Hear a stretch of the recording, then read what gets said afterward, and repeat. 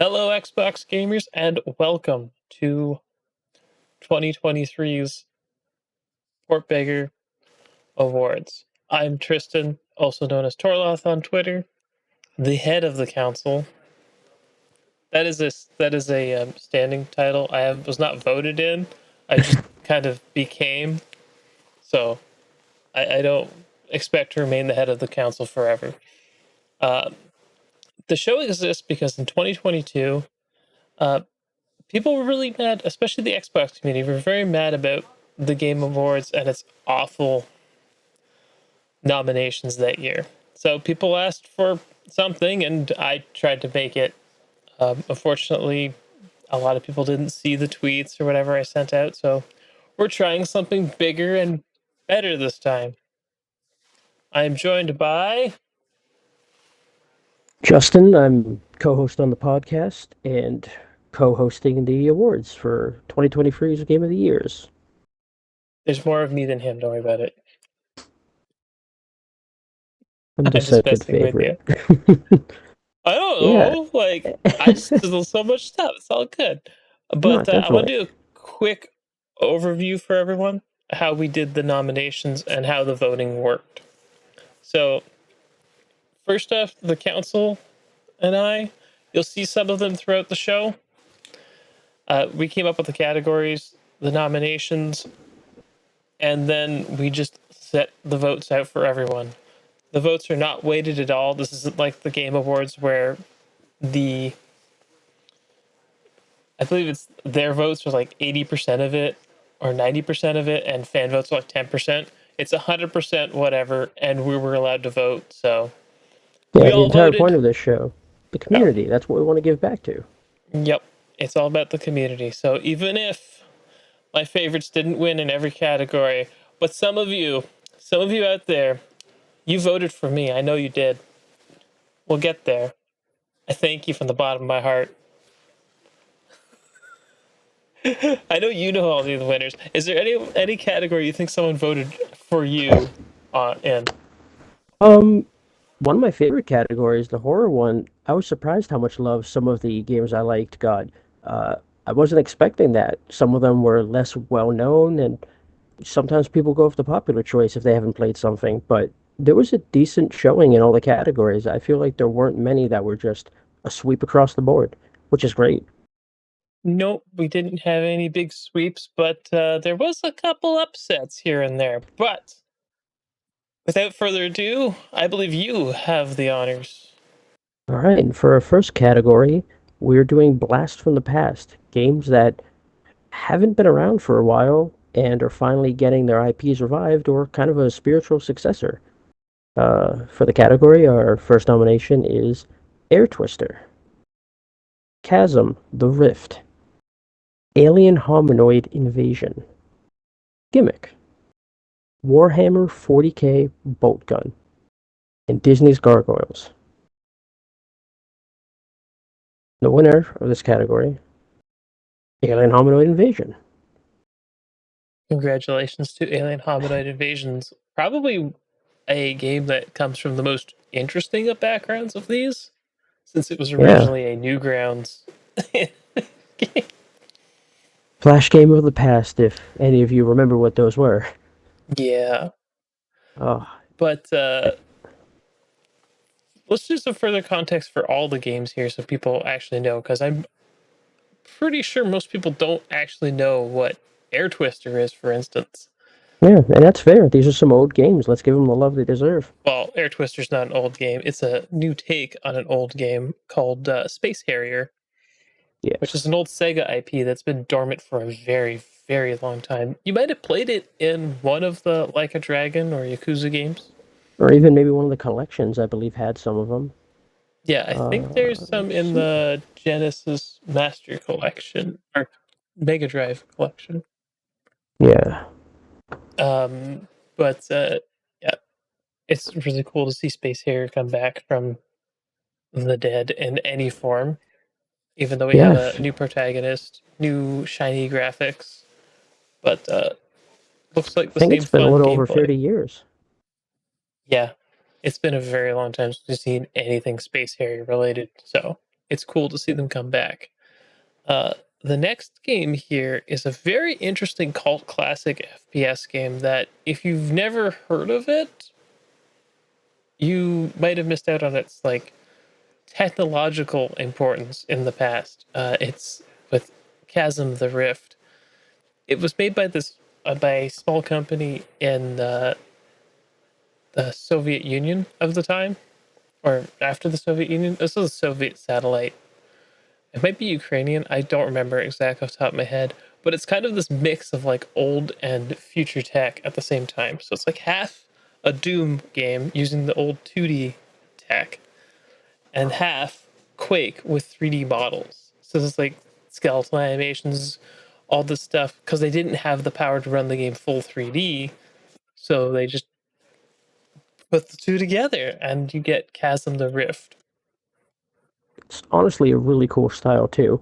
People might be more familiar with it in some more recent games, or even later 90s games that tried to create 3D models in games, but couldn't quite get the 2D gameplay to mesh with it, so they kind of combined them. Even in Smash Bros, when you rotate some of the items when you pause, they kind of have a fixed axis and stick to where they are. It's just another example of really trying to work with what you have and make make things mesh together that normally wouldn't to behind the scenes create something that looks fully fleshed out and completely realized. It's definitely very cool. Yeah, so Chasm the Rift deserves its spot here, in my opinion, as even just a technical showpiece for the past, and how they had to compromise things to get things to run at a reasonable frame rate.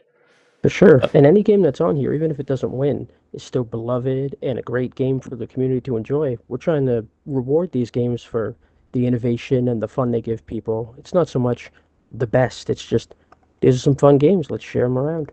And this definitely and deserves people, that spot. the voting was definitely just whatever people wanted to vote for. Yeah, Uh, nothing superficial there. I think we already spoke about Alien Hominoid and how it came from Newgrounds and Yeah, the Flash Behemoth animation has era. quite a few games too, if people want to check them out. There's a whole bunch of fun, wacky characters. Humor is definitely their style, uh, It's a but they have lot a of lot of. fart jokes and stuff usually. There's definitely a lot. It's the humor hasn't exactly aged past like 16 years old on a few of these, but they have a lot of heart, and they're all very of their time, even with the more recent editions. Yeah, I haven't played Alien Hominoid in forever, but people were definitely happy to see it come back since it won. Yeah, I loved playing that on the GameCube. The Flash game was fun too, of course, but playing with friends and that little local thing, it was so janky and broken. You'd knife each other as soon as the everyone gets up. You just sit there for a minute, like, trying to play the little soccer game they had too.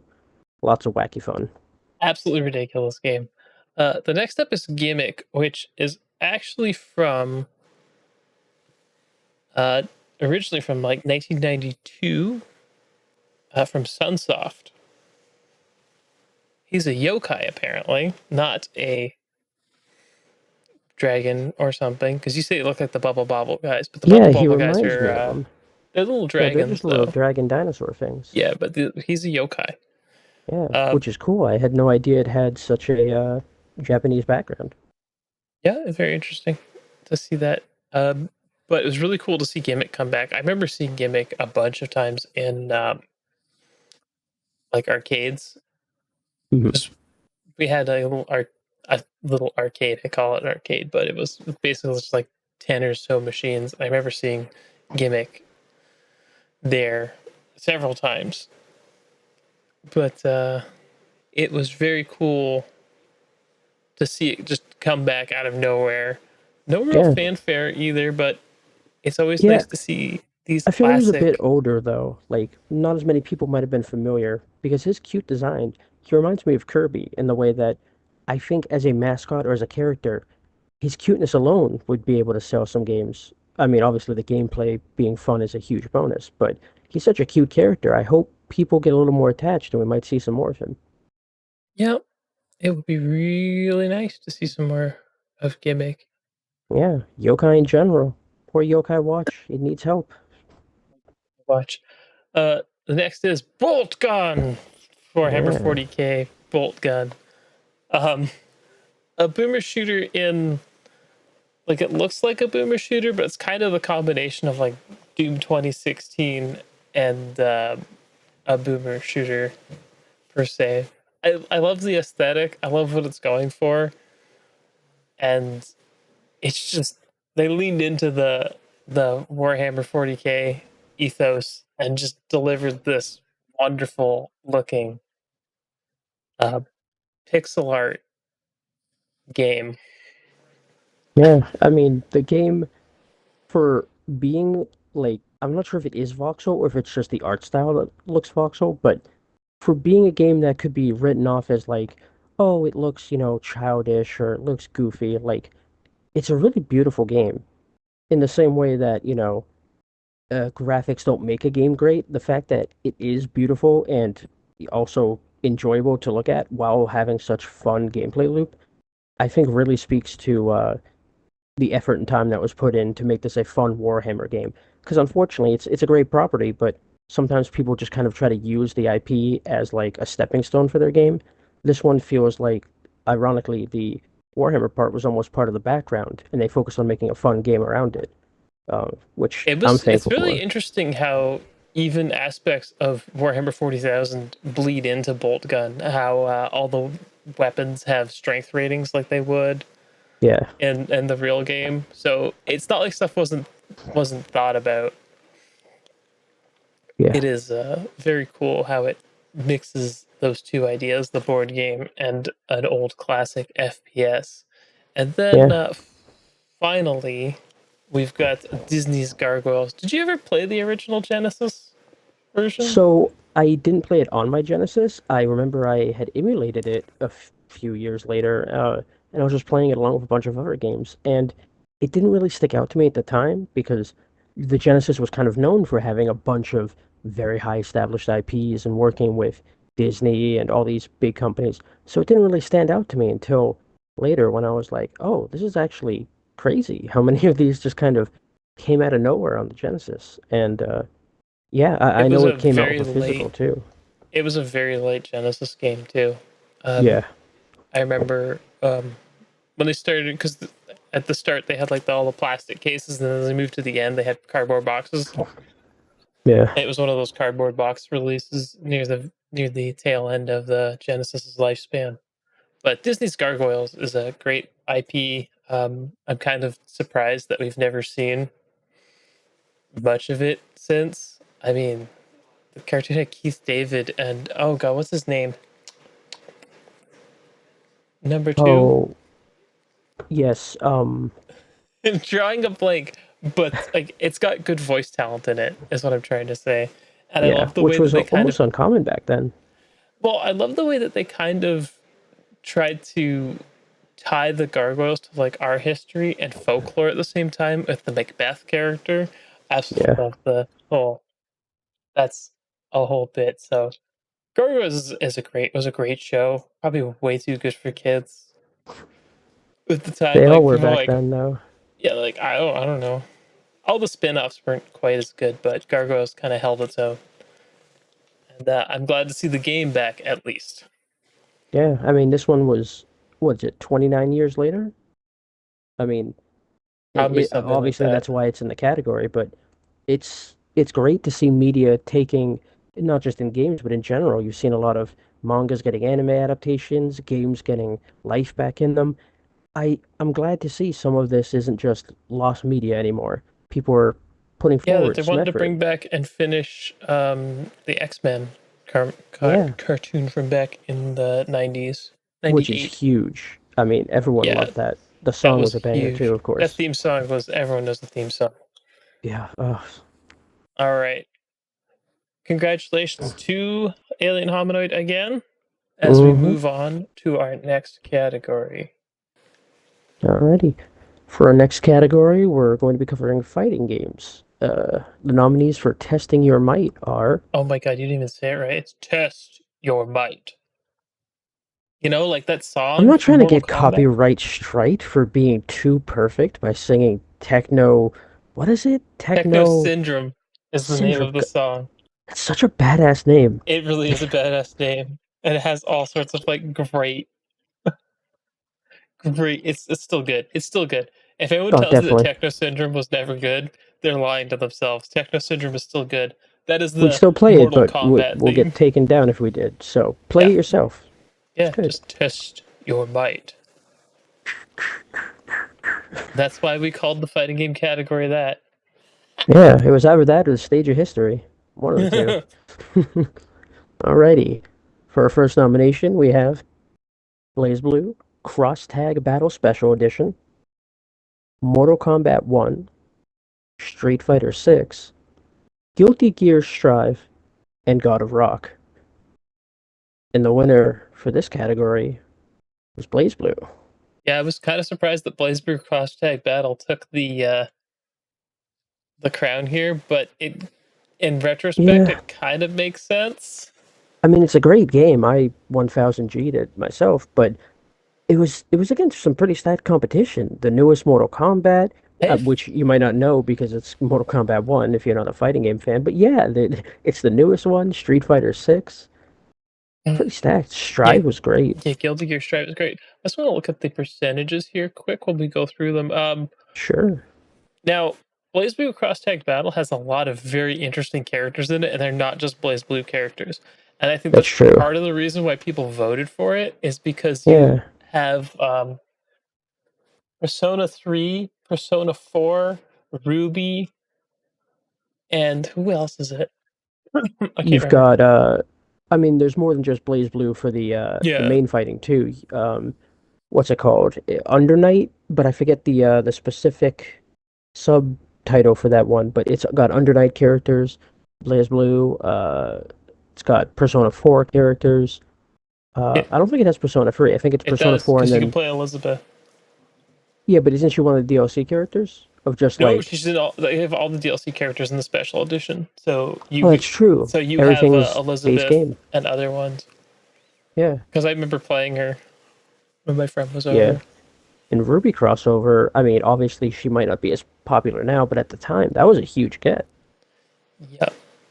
Ruby was really popular when it was out, but it's an interesting combination because they also did because Arc System Works also did the Persona 4 Arena, if I'm not mistaken. Yep.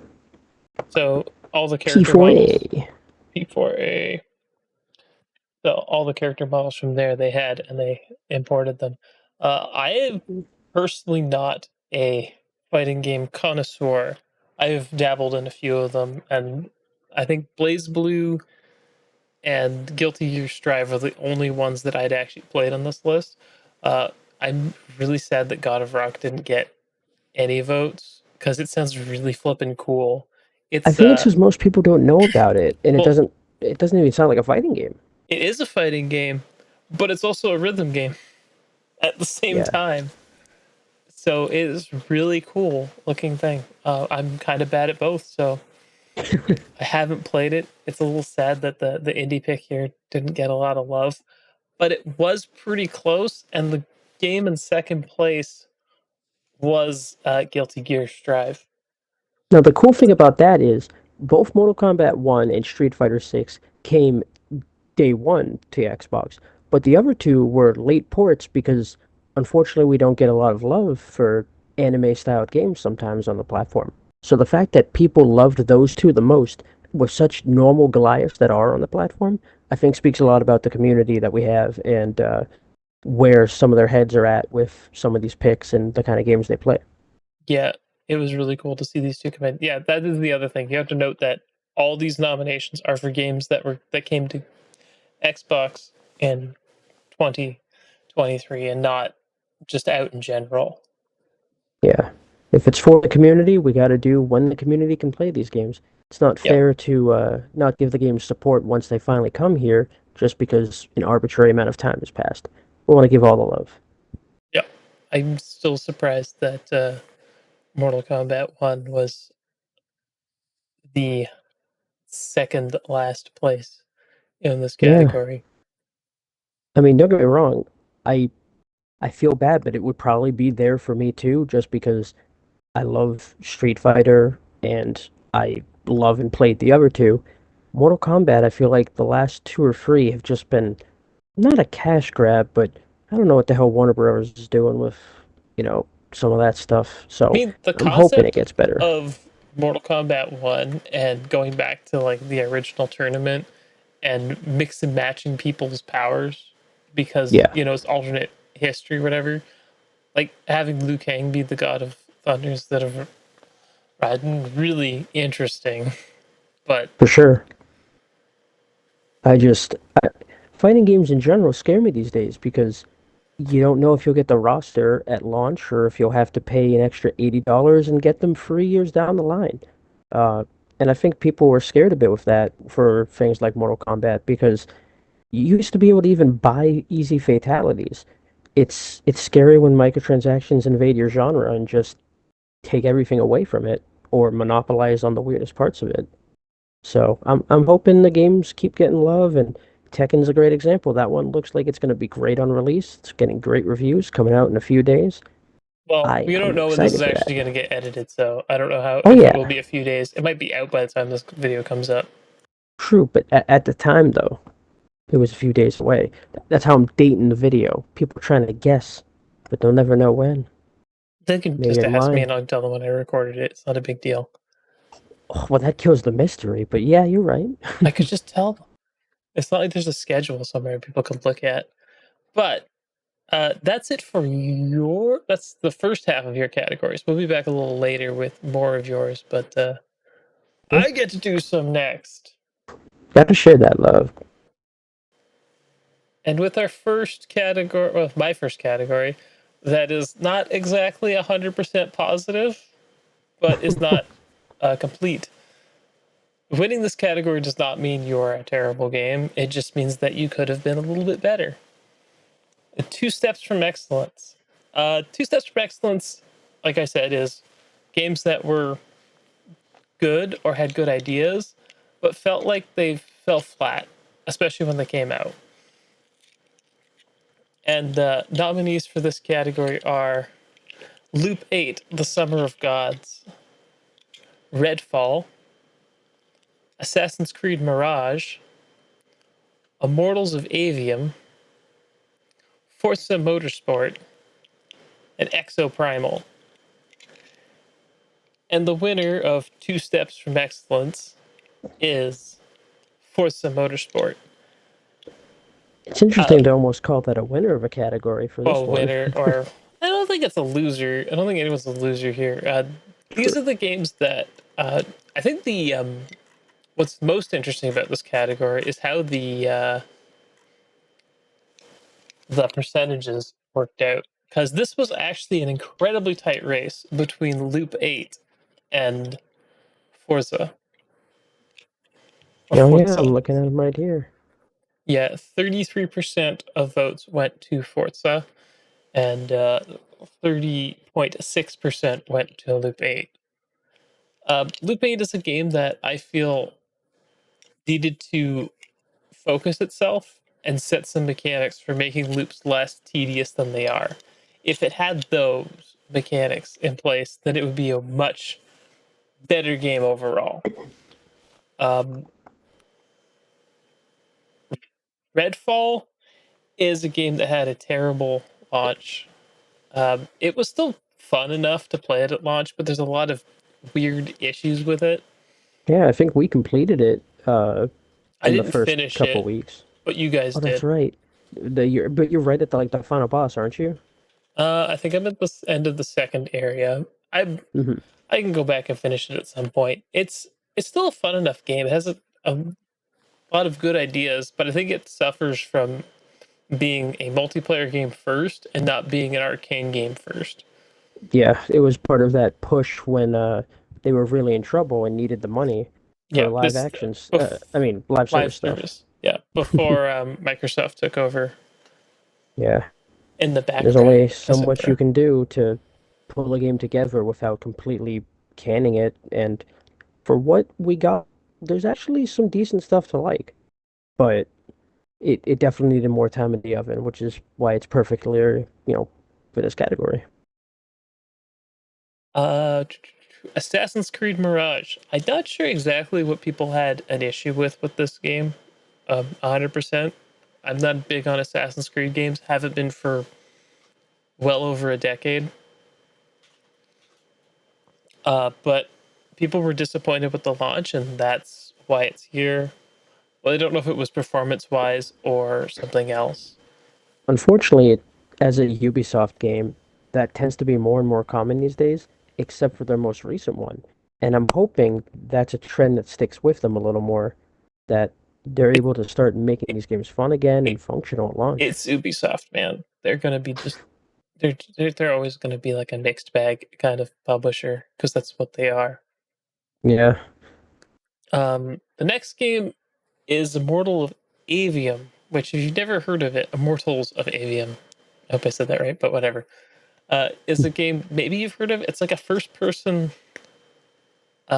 shooter, but you're a wizard and you have wizard gauntlets and you can switch between them. And it's all very flashy and really cool. But I feel like the game lacks focus and leans too much Yeah. onto RPG mechanics, where it should lean on shooter mechanics. Where There having wasn't like enough substance for how flashy and over the top some of the stuff was. I find some of the like I played it and I find that some of the mechanics that it has are more than a little weird. Like they don't Well, mesh well together, or well, you they're have not a whole like implemented equipment correctly. system, and a lot of the equipment that I got was like 12% more crit rate. Like, if you want to Oh, your do, favorite. look, look, if you want to make you want to make an equipment system, make it that the stuff that you can equip has drastic changes on stuff. Like, don't be like, we crit Yeah. 12% more often, because that's boring. Yeah, if it's something that you can't even like recognize while you're playing the game, it's not a good enough change for combat or the Yeah, game in general. It this needs isn't to an be MMO noticeable. where 12% more crit means I get bigger numbers every once in a while. Yeah. Um, Forza Motorsport.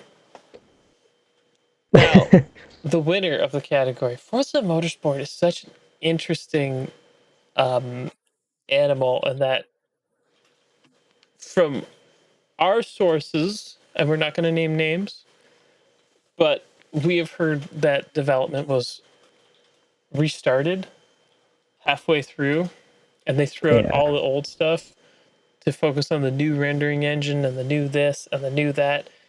So a lot of legacy stuff got left behind and then they had to redo legacy stuff. There was a much smaller focus on community this time around too, because they were trying to pump it out so quickly. They didn't really take kindly to any of the features or requests that the community and people like our source were asking for and pushing for. And unfortunately, that hinders and hurts the game a lot. It's such if you're trying to create a game with long legs, you need that community. You can't just burn them and hope to sell a million copies. Yeah, hopefully we see them turn the ship around. I think there's been some positive news out of it, but I don't really follow it. So Yeah. They've definitely been keeping up with some of the updates, and I'm just hoping they can turn around some of that community aspect image because unfortunately, a lot of good people and good gameplay ideas were kind of thrown away, and it's a shame. it really is. And the last game, Exoprimal.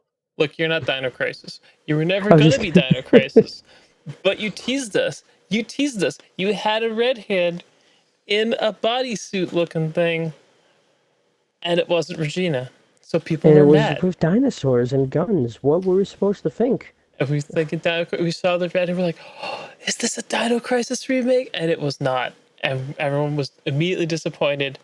The game itself, for what it is fine. It has too much of an emphasis on PvP and not enough on the PvE section of the game. For sure. The It gameplay really. itself is innovative enough if they focused on that part. Well, my problem with the gameplay the way it is now is that you have a lot of like you have a lot of people fighting. Like you fight, you're trying to get ahead in the race section, and then when you get to the PvP section, if the other team's just better at PvP, you lose the whole round, even if you were better the entire PvE section. Yeah, yes, especially because it's the last part. So like even if you're great at PvE and terrible at PvP, you lose because the other side will just catch up where they were bad and then stomp you out right at the end. Because Also, you the way can the game stall does, progress. also the way the game does story is kind of awful. Oh You god, have yeah. to I just mean, you get have cutscenes have you seen the after you play. timeline thing? Yeah, Like the huge it's it's really dumb. If you wanted to make a story based game, you should just made a story based mode and not try to tie it to PvP matches.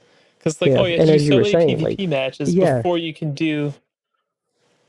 but it doesn't tell you how many either. It's just every now and then after a certain amount of matches, You just you get a hit a cutscene. cutscene instead of going to the lobby, and it's like, oh, hold on, guys, don't start a match. I have to watch Yeah, the I gotta thing watch this now. cutscene because I want it. I'm really invested in the story, and it's like, Yeah.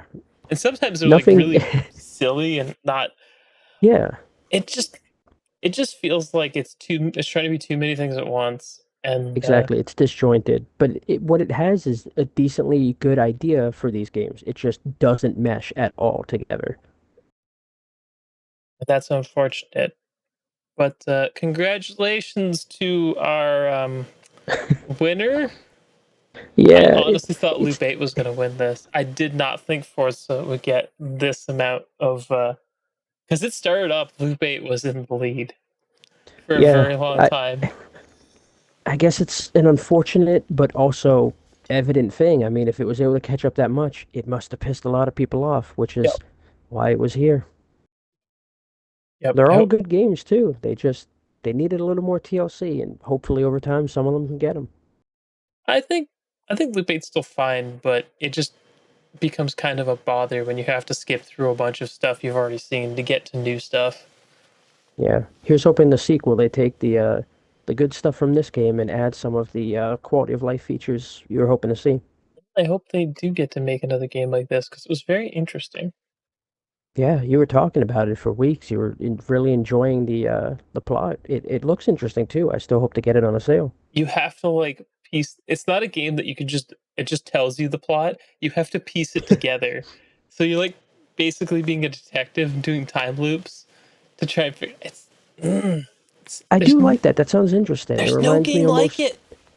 yeah, it reminds me a bit of like the Nonary game stuff, or even Somnium, where it's like um you have that flow chart, and it's like you can jump around to try to figure things out. But on this one, it sounds like it's much more It's less. fluid. It's less flowchart and more. You gotta just figure out your own path to figure out what's actually going on. They give you Yeah, a we're not brief. giving you a map We get a map, sort of. You can like go for to the a screen and timelines. see a map. Yeah, you can crash Oh. fast travel around the town, but everything kind of works in real time, which I think is also a detriment. Oh, that's right. You were saying something like if you run out of time, the loop resets itself without you doing it. Yeah, if you don't do certain things, the loop will reset. There's specific things that have to happen, and it's interesting to say the least. I think it has the most potential to be like it could have been as big as Persona if they fixed some of these mechanics and polished Really, them that's up. a lot of praise. Not saying it doesn't, just that's a lot of good praise. I hope to see it reach that kind of level one day. We can hope. I don't know if it will, but we'll see. All right, gotta move on to the next one. Okay, and last for my categories till the people's choice at the end is 2D is all I need, or all I need is 2D. A lot of anime fans will say the same thing to you in public if you ask. I mean, for sure, but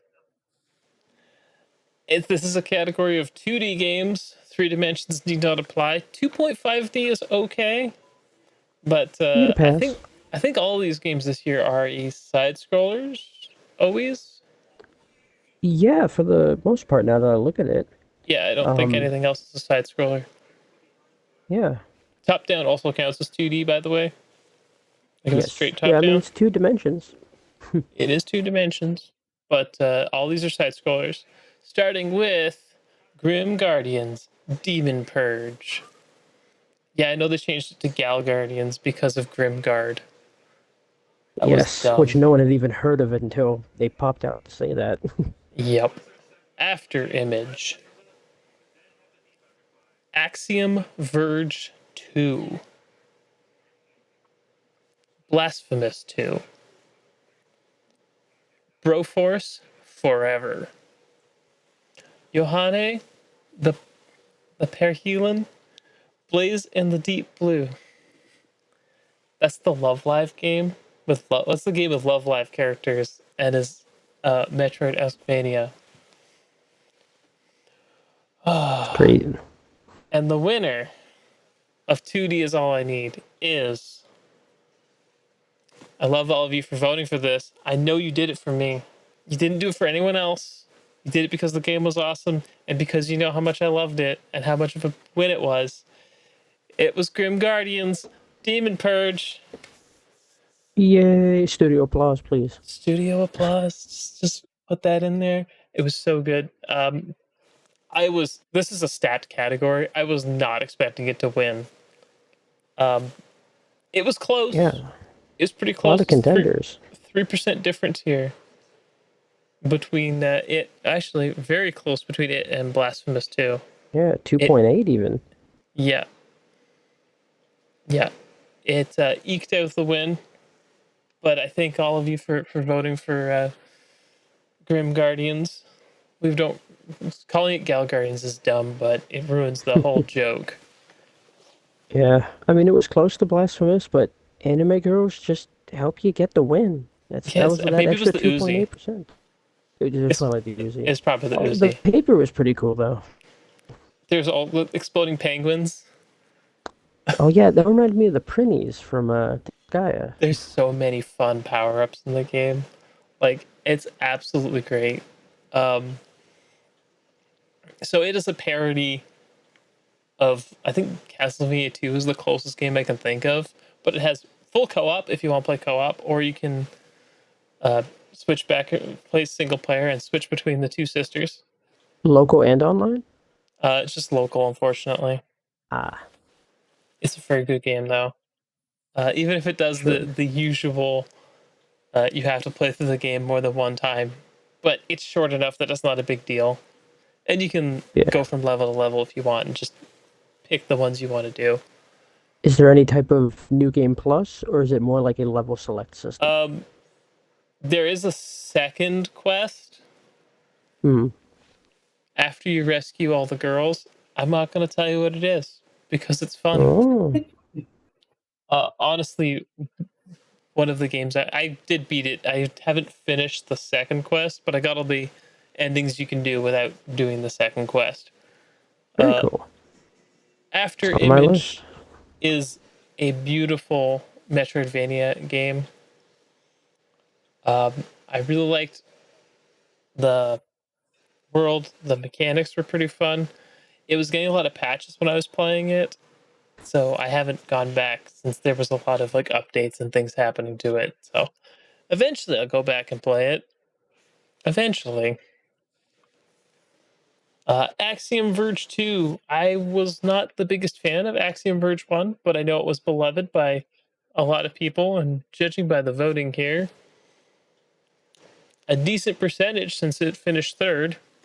Yeah, I feel like the style of that one is the closest to a Metroid game a Metroidvania really gets these days. Yeah, it is. It's much more Metroid and less Castlevania. Less Vania. Less I, Vania. I definitely agree though. Whereas I'd say Grim slash Gal Guardians was slightly more Metroid. I mean, slightly more Castlevania than Metroid. Nope, 100%. Blasphemous 2. Blasphemous 2 is. Blasphemous 1 is. It's like a combo between Dark Souls and I don't know what other game to. Isn't there's It no reminds me sides? of Salt and Sanctuary a bit. That's the one that was kind of like a 2D platformer, Dark Souls also. Yeah, Um, they're both similar in that aspect. They're definitely their own game though. not just like a Yeah, carbon copy. Blasphemous is quite the game. It's very kind of. I haven't played the second game, but the first one was quite the spectacle. We'll say that because For there's a sure. lot of stuff that happens in it that is not exactly okay. It's But I got to think have that that's the name whole for a point. reason. Yeah. Yeah. Yep. Next on our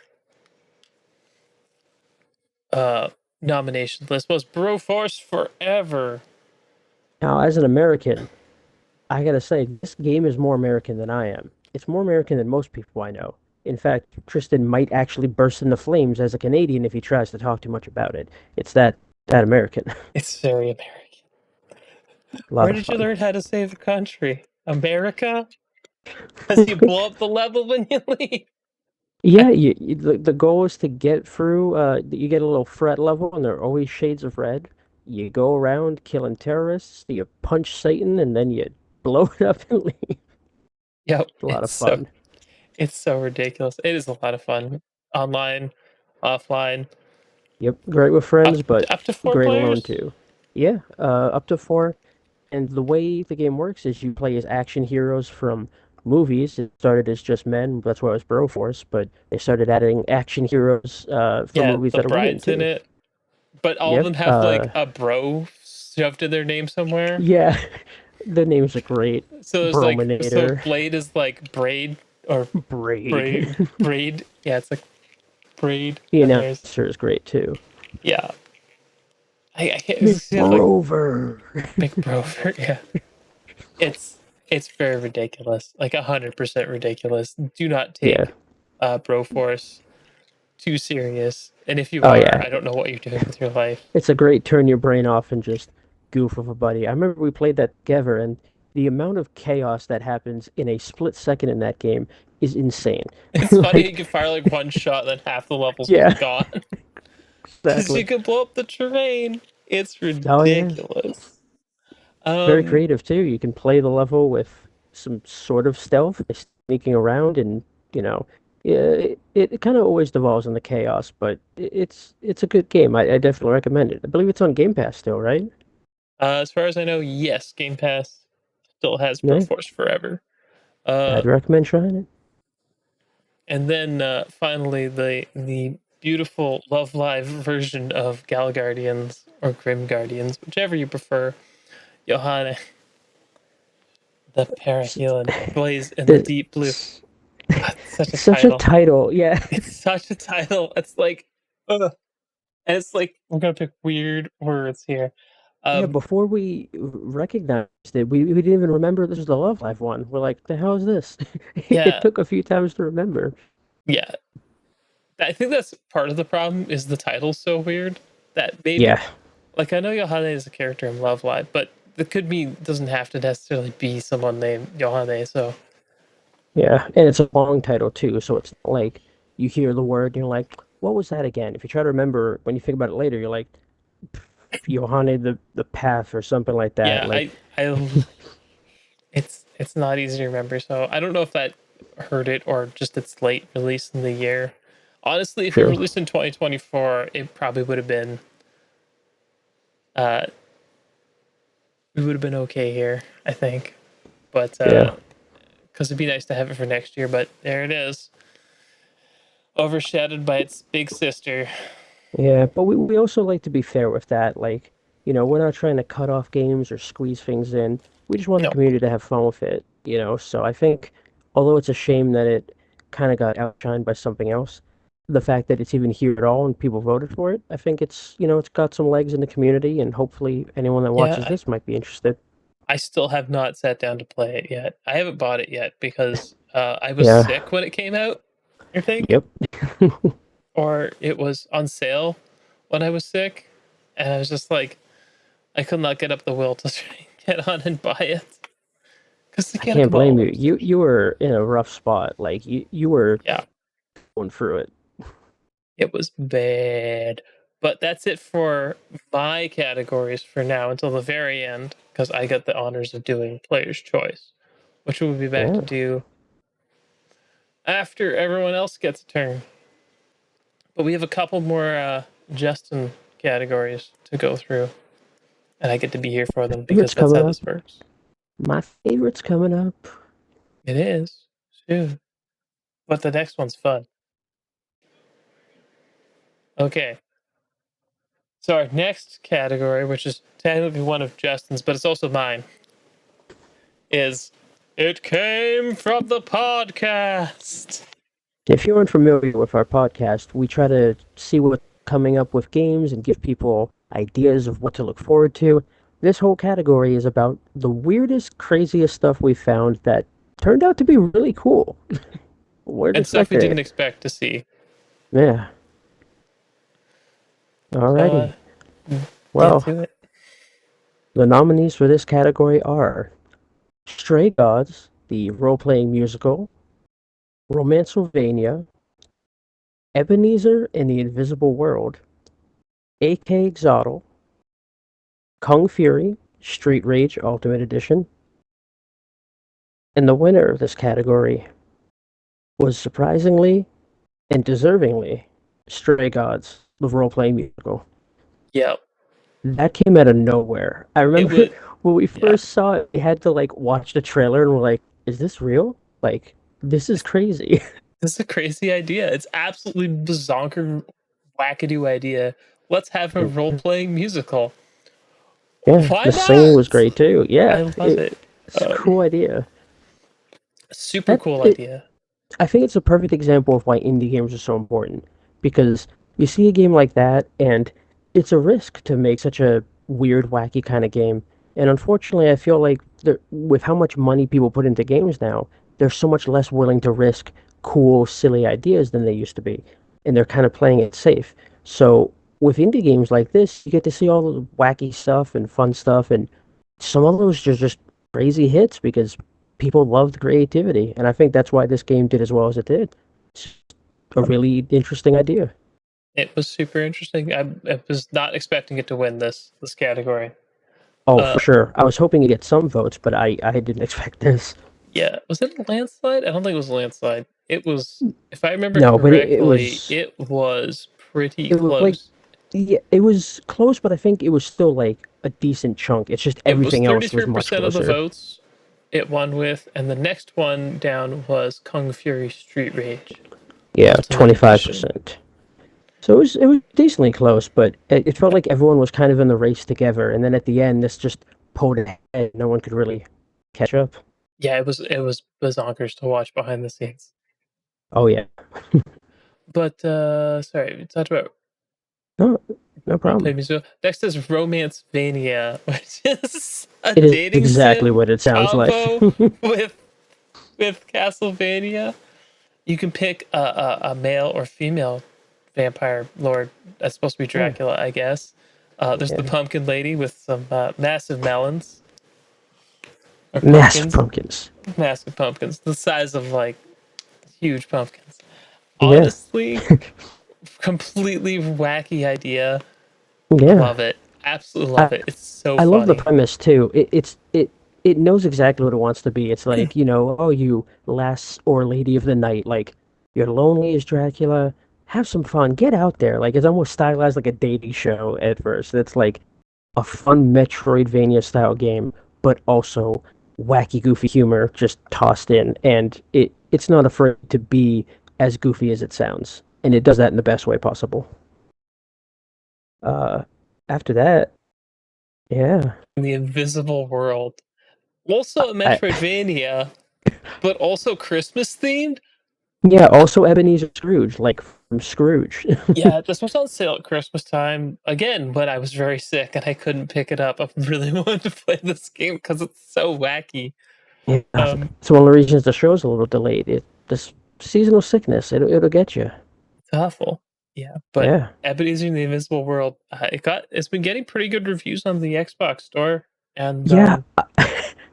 I thought it was a joke when we first found it, like one of those kind of meme games where it's I like, I was we'll I take a was big actually IP expecting and it to be a hidden object or one of those like yeah, terrible throwaway Christmas games. No, yep, no, it's full on like someone made saw Symphony Night was like, but what if Ebenezer Scrooge? Yeah, exactly. And they I could make said, this and more someone was like, Christian. print that shit. Yeah, And they exactly. made it. Love The it. only thing that would have made it better is if it was the Muppets version of Scrooge. So for no reason, there was also Muppet I would characters. I would have loved that, but Oh, trying to day get one if it Jim was. Henson's family on board would be so hard. But it'd Yeah, be for great. sure. It would have been great. Maybe next time the sequel, Uh Ebenezer Return with Ebenezer Muppets. Returns. Uh, I I'm supposed to be axolotl, Yes, but with an but it's with an AK. AK in it. Yeah. Um, this one got nominated just because it looks absolutely ridiculous. It's an Yeah, axolotl with an AK. What more do you need to know? yeah. I mean, I'm sure that's what the pitch was. Like, hear me out. Look at this cute little guy. What if we give him a gun? And the Here, guy's like, "All right, done. Here's a blank check. Make it." print that shit. I don't think they got a blank check, but No, of uh, course. it probably got some funding somewhere. But it looks like a lot of fun. Yeah, very cute, very goofy. Very silly. Perfect for finding a fun little game and just telling your friends about it. Yeah.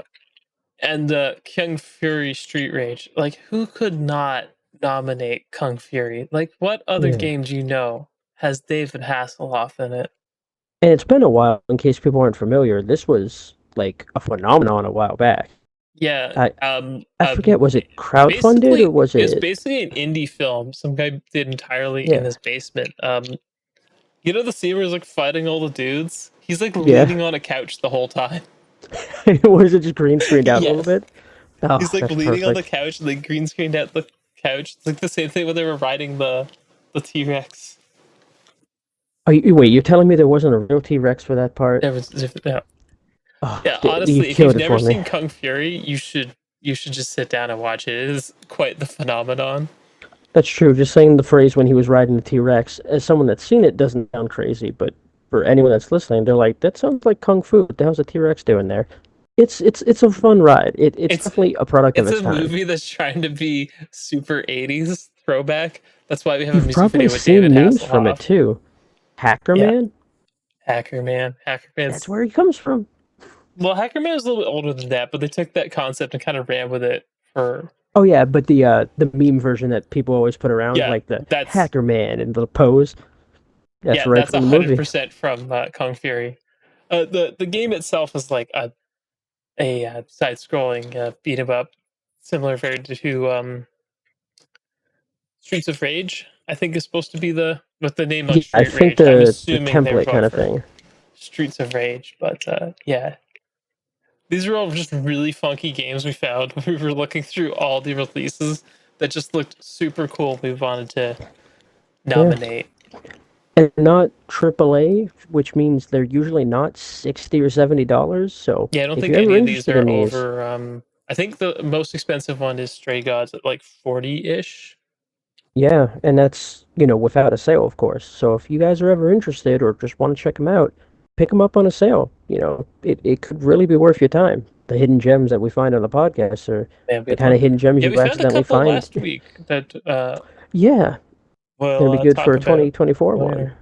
Talk about actually on the podcast, which will air before this happens. That's true. You guys want to know what we're talking about before we do? Oh, magic.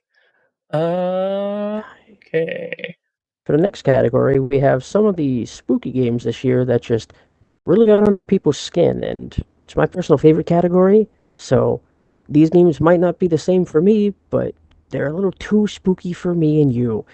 Our category of horror game nominations this year are Fatal Frame, Mask of the Lunar Eclipse, Alan Wake 2, Homebody, and Killer Frequency.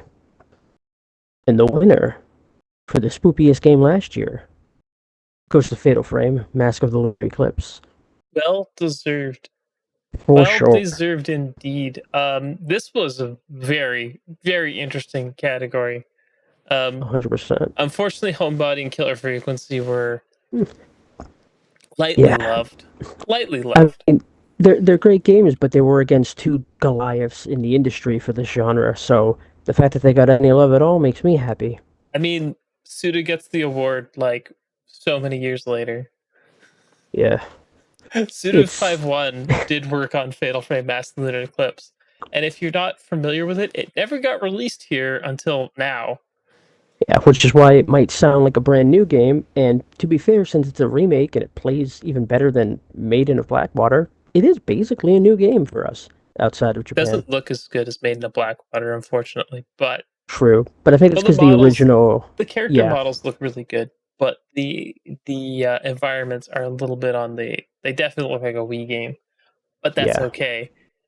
It kind of they, adds to the spooky atmosphere. for sure. The gameplay was fantastic. Like, I I was joking because I play so much horror games, movies, I love that I don't get scared as easily. But I genuinely got creeped out a few times while playing this. The way the ghosts move and act, the sound design, the I dreaded going into certain areas because a specific certain ghost might spawn and they one hit you and they're very creepy looking. I genuinely got chills a few times playing that. I really enjoyed it. It was quite the category. I'm not surprised that Alan Wake 2 was in second place, but Yeah. damn, damn. I don't know if It's Alan Wake 2 was really that spooky though. I haven't actually played it yet. I've Well, here's the for me. I've completed it, but they added a new game plus with a slightly altered ending, and that's supposedly the canon one now. And of course, I won't spoil anything, but as someone that loves the original and loves horror, as you can tell, I have a strong affection for this series. And the game, while fantastic gameplay wise, story wise fell a little short for me in the final act. The first 50 to 75% of the game, I was thinking 9.5 out of 10. It's fantastic. But by the end, not that it was a bad ending, but it it felt like it changed some of the things in the story's canon for me. Maybe it's because it's a game 10 years later and plot threads change, but it brought the experience down a bit for me. So the fact that it wasn't the first place for this category does make a little bit of sense to me, but I still hope people try it and enjoy it. It's a fantastic game. Remedy deserves all the love. Sam Lake is such a wholesome dude. Yep. But straight up, Koei, look, you won this category. You got it. Fatal Frame won a category. It's all Yeah, so you. make a new game. You Yeah, so have to where's our new now. Fatal Frame? And it better be on Yes. Xbox. I'll be so mad if you skip us. I will be so mad if Especially there's a new after Fatal Frame getting and they skip Maiden us. and this one, Yeah. like the audacity to skip after that would be just absolutely insane. I Yeah, gotta Fatal give a quick Frame shout Master out Lunar though. Eclipse. So good. But I feel like we're Oh yeah. I didn't actually play Homebody or Killer Frequency either, so Oh, I played both, and I'll just give them a quick shout out because they're both indie games. They both deserve a lot of love. Homebody was made by the guys over at Game Grumps, uh, and this was a labor of love that specifically focuses on anxiety, depression, some mental issues. Um, it's about someone who hasn't left their house in a while, and they're extremely stressed out and scared to spend time with friends again because they don't know how they'll react or treat them. And the game starts when you reach a house to watch a meteor shower with them, and things start to get weird and a little freaky. And walking around, you're trying to explore this place and figure out what's going on, and suddenly this crazy killer jumps out and starts killing all your friends, and then they stab you, and then the game resets. But your character remembers it. This entire game is a time loop puzzle horror game. And for anyone that hasn't experienced something like that, I definitely recommend it. It really fucks with you, and it's perfect for this kind of genre for that. Uh, I don't think it's too heavy on some of the mental stuff, so I wouldn't give any kind of trigger warning or worries about that. But I would say the people that make it are very familiar and struggle with some of these problems, so you will be able to relate and not worry that some of the struggles you may deal with have been trivialized in any way. I hope people give that one a chance and just enjoy it. It was a lot of fun. And Killer Frequency is it's a horror game where your job was to be a little radio DJ. You're a big time ex radio host, so you're in a small town. You got pride and ego with you, and the first night you go in after working there for a few days, uh, there's a murderer running around, and they killed the only two cops in town. So you are basically the 911 operator now, since you're the only one around at this time of day on the radio.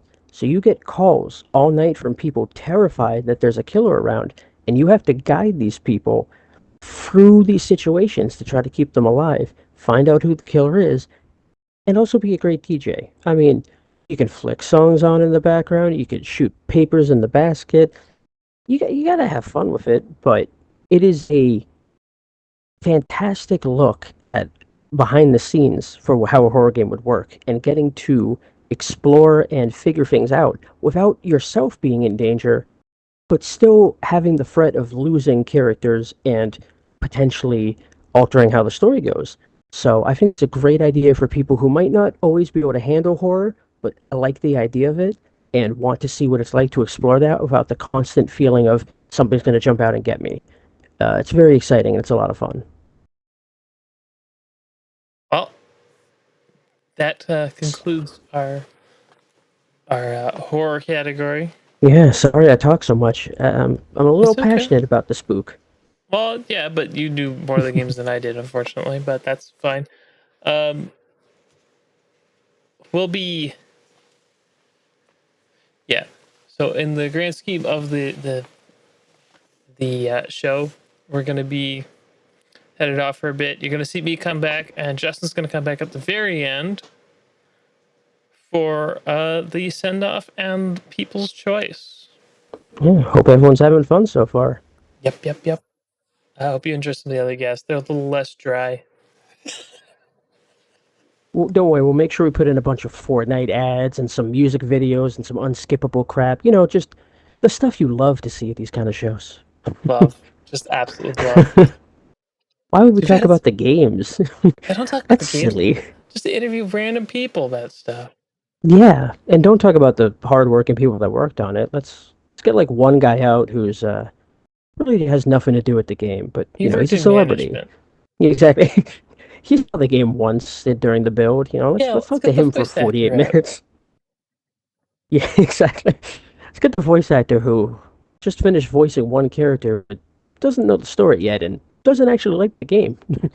Let's hear his opinion for 45 minutes. Yup, let's do that. All right. We'll see you back later. Okay. And here we go. Um, my next guest is I don't know what name do you want to go by here? Uh, Typically I go by Kruger, but Maverick is also fine. Okay. I usually call you Maverick or Kruger, Yeah, yeah, depending on the yeah. situation. Right, right. I'm just gonna use your Twitter handle on screen so people know who you That's are, yeah, where to that's follow you, fine. all that good Yep, stuff. that is fine. All right, I have to ask you the questions 3 before we get Okay. started here. All right. The first question: what is your favorite genre of game? So I would say, without a doubt, it is JRPGs. Uh, they've been a big integral part of my life for a really long time. It was a genre that I didn't appreciate when I was young, and I grew to love, and now it's easily hands down my favorite. That's a good answer.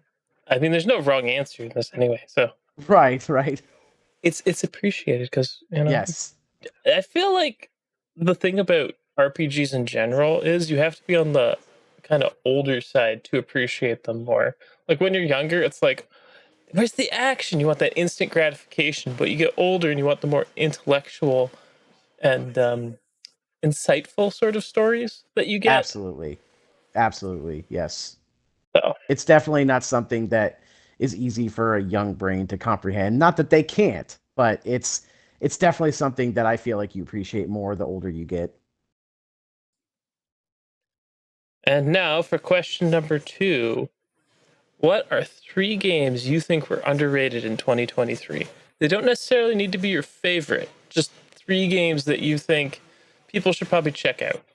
Okay, so I've been thinking about this for about the past day, and it was hard for me to think of three that were completely underrated because we did have a lot of bangers last year. So the best I could come up with, and I would say one of them for sure isn't really underrated, but it was still something I'd like to put focus on.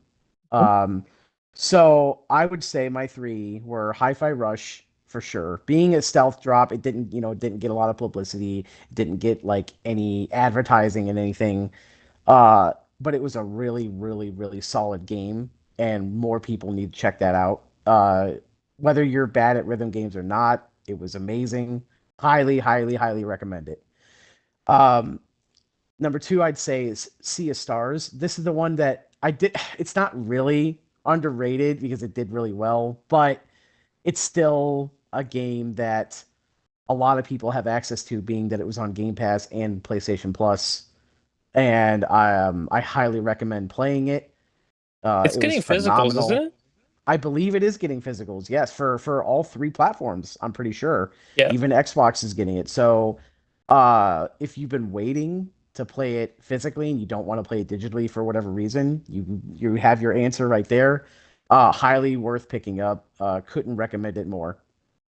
And then number three, I'm gonna say it has to be Like a Dragon Gaiden, the man who erased his name. So not as popular as like a mainline Yakuza slash Like a Dragon game.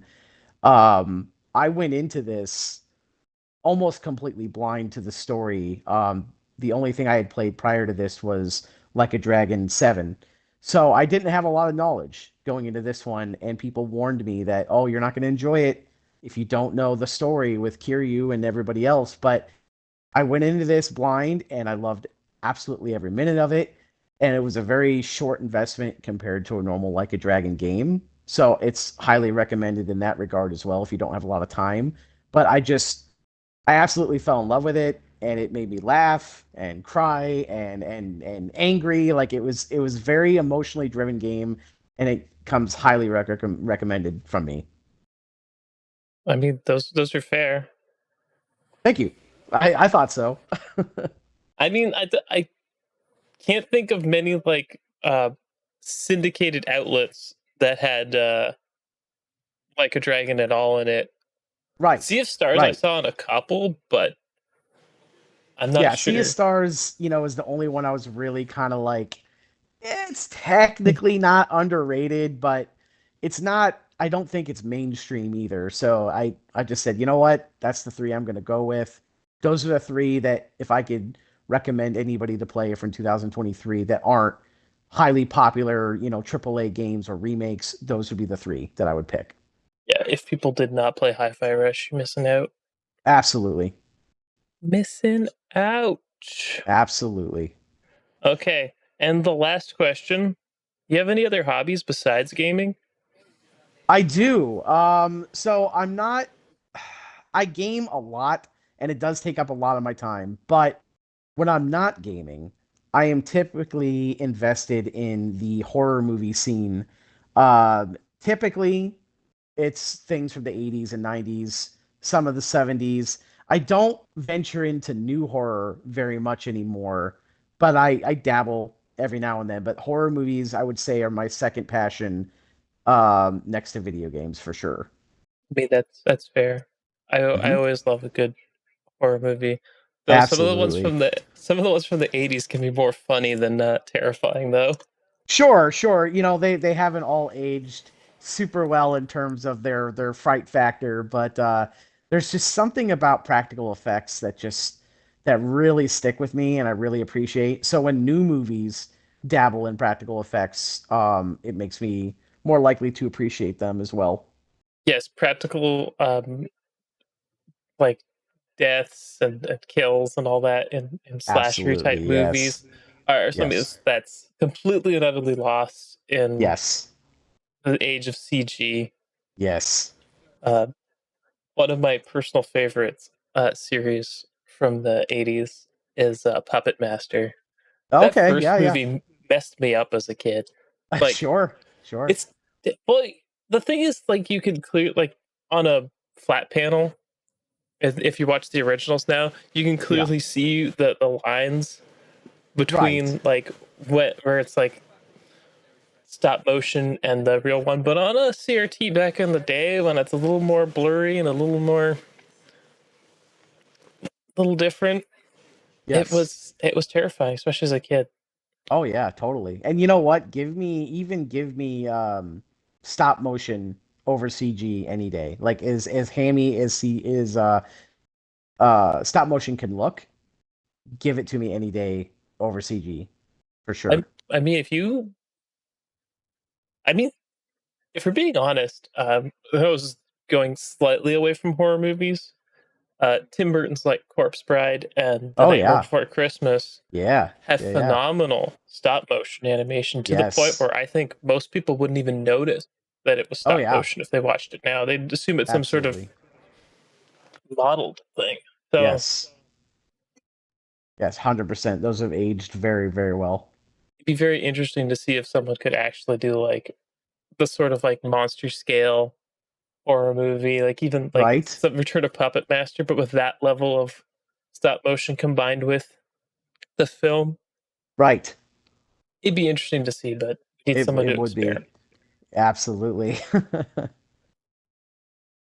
Okay, let's start off with our first category. Well, your first category. I don't know what order these are going to come in.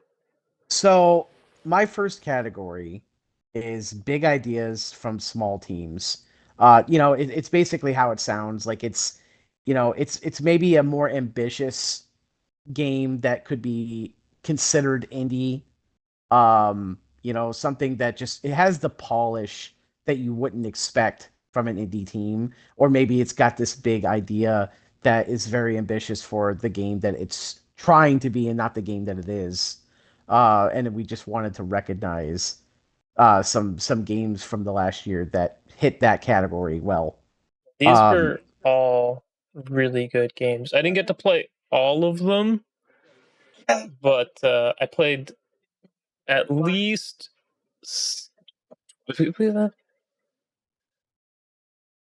three of them. I was gonna say I have three of them in my backlog right now, but if you know me at all, my backlog is notoriously excruciatingly long, and it takes me years to get to things sometimes. But that doesn't mean that they're not worth your time. I just gotta make time for them. Uh, Um, but the nominees for big ideas from small teams are Solvars, Brock the Investigator, Nightmare Reaper, El Paso Elsewhere, and Venba. And the winner for this category is Solvars. yes, that was very. This is very interesting. This is also a super interesting category in itself, as I think one of these games is on Game Pass, or maybe two of I them. I know Nightmare um Reaper, Brock the Investigator, and Solvars are not for sure. right. El Paso Elsewhere is also not, but Okay, Emba might have been, Venba might have been. Yeah. but it was very interesting to see how this shook out with Solvars taking the win. Well deserved. These guys were fantastic. They had a contest with at PAX where even people at home could compete, and Yes. podcast co-host Justin, I believe, scored the best time in it. I also played around in their contest from home, and I also was given a copy from them as a reward, which was very nice of them. I shouted them out on Twitter a long time ago when they did it, and thanked them in DM. And it's still in my backlog, but I'm gonna get to it eventually because it looks fantastic. And I played the demo, and I thought it was great. So To go over the other ones real quickly, Brock the Investigator is like the combination of a 90s adventure game okay. and a 90s brawler. Oh, interesting. Okay. So it's like you're playing a private investigator who's a it's got that 90s like Disney cartoon kind of vibe. Sure. And I kind of love it for that. It's like a futuristic city and everyone's like a some sort of animal type person and you're playing Okay. Brock. But you can get like attacked by people. You have to defend yourself. So I I, I like the combo. I really need to get back to it. It was really fun to play. It Uh, sounds really interesting, honestly. It sounds unique. it is. Um, I'm playing Nightmare Reaper right now, and this is a rogue light. or like, I think roguelike, or like, whichever you prefer, uh, first person shooter done in kind of like the Doom style, but infinite height does not exist in it like the original Doom did. There's no room over room, but you're playing a character who's in an insane asylum, and you're trying to battle the demons.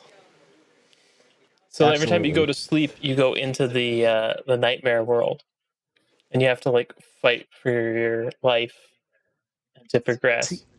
and that's just another really unique story slash idea. Like, they could have easily just made a retro shooter and then that be the end of it. But they added all these little touches and details to it that separate it from all the other ones. And I cannot wait to get to that because it sounds phenomenal. Is really cool. I'm not as familiar with El Paso Elsewhere, Venba. El Paso Elsewhere looked like, um, oh my goodness, it was like was it kind of like I should probably bring this up, but did you play or look at El Paso Elsewhere? I It, did. I had heard about it from like a random YouTube video of like games that in a particular genre if you're looking to play, and I saw it mentioned, so I went to see if it was on the Xbox store, and it was. And from what I recall, if I'm remembering this correctly, it's kind of like a hybrid of like Silent Hill and Max Payne, where it's got this creepy vibe to it, and it's like a horror third person like top down shooter, or I can't remember. I think it's top down, but then like it's got these elements of the Max Payne where it's got like bullet time, and it's got these interesting elements that they combine genres, and it looked really really super interesting. So I bought it as soon as I saw it, and again, I haven't played it yet, but I'm gonna get there because it looks so fun. okay, and I just looked at Venba because I am not familiar with this at all. But apparently, I am not familiar with Venba at all it either. is a cooking video game. It takes place in the 1988 and follows an immigrant couple in Canada. Oh, okay, Oh, interesting. interesting. Indian couple. Okay. Very interesting. Interesting. Yes. Well, if it's in this category, I mean, I'm sure at the very least It was, it's addicting and deserves to be there. yeah. Oh, it's a puzzle cooking kind of game. All right. Yep. Right. Up. Yep. High scores like we expected. It did get nominated at the Game Awards. Oh, there you Games for go. Impact and Best Debut Indie Game, Well, there you go. but it was deserved. Yeah, absolutely. Uh, Sorry you didn't win, but everyone here is a winner, except for the categories Yes. that aren't for winners. But you don't have any of those, so I don't have any of those, luckily. Yes. yeah. I think only me and someone else got the privilege of doing the Yes. those categories. Okay, Yes. and for our next category, we have Our next category is Port Beggars Most Wanted, which is something that's important to me. Anybody that would know me from Twitter, or our little ragtag group of people that we kind of pal around with, we all port beg for very particular things, but generally it's more JRPG support on Xbox, or some variant of that. So while I don't do as much port begging as, shout out to Sixers or Brian or oh other people that are in our group. his Twitter handle is actually escaping me at the moment, but I'm gonna look it up. Yeah. Um, is it Jabber? Jabber. Jabber, yes, exactly. Jabber's a big one too, and the Yes. Lupa's always around sometimes. Yes. Like we have a lot of great people port begging for games that should be everywhere, like we don't typically port beg for anything that's first party or locked behind a studio that another company owns. Yeah, Typically it's things that we feel are the third party, usually, even if they're exclusive to a platform, always third party. Things that belong everywhere or everybody should have access to, assuming that the company doesn't own them. But yeah, port begging is a big thing for our group. We really enjoy it. We don't. We wish we didn't have to do it, but it's not something that like depresses us in doing. We enjoy doing it because we want to show our support. We want to show that there is a audience for these kind of games on Xbox. Um, And let's not forget that it's not like asking has ever not got us anything, because that's how we exactly. got Persona 5.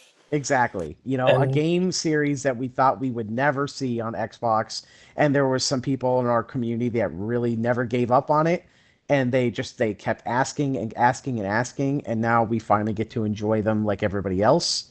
And you know, it's a better time because of it. better for everyone. But let's get Absolutely. to our most wanted here.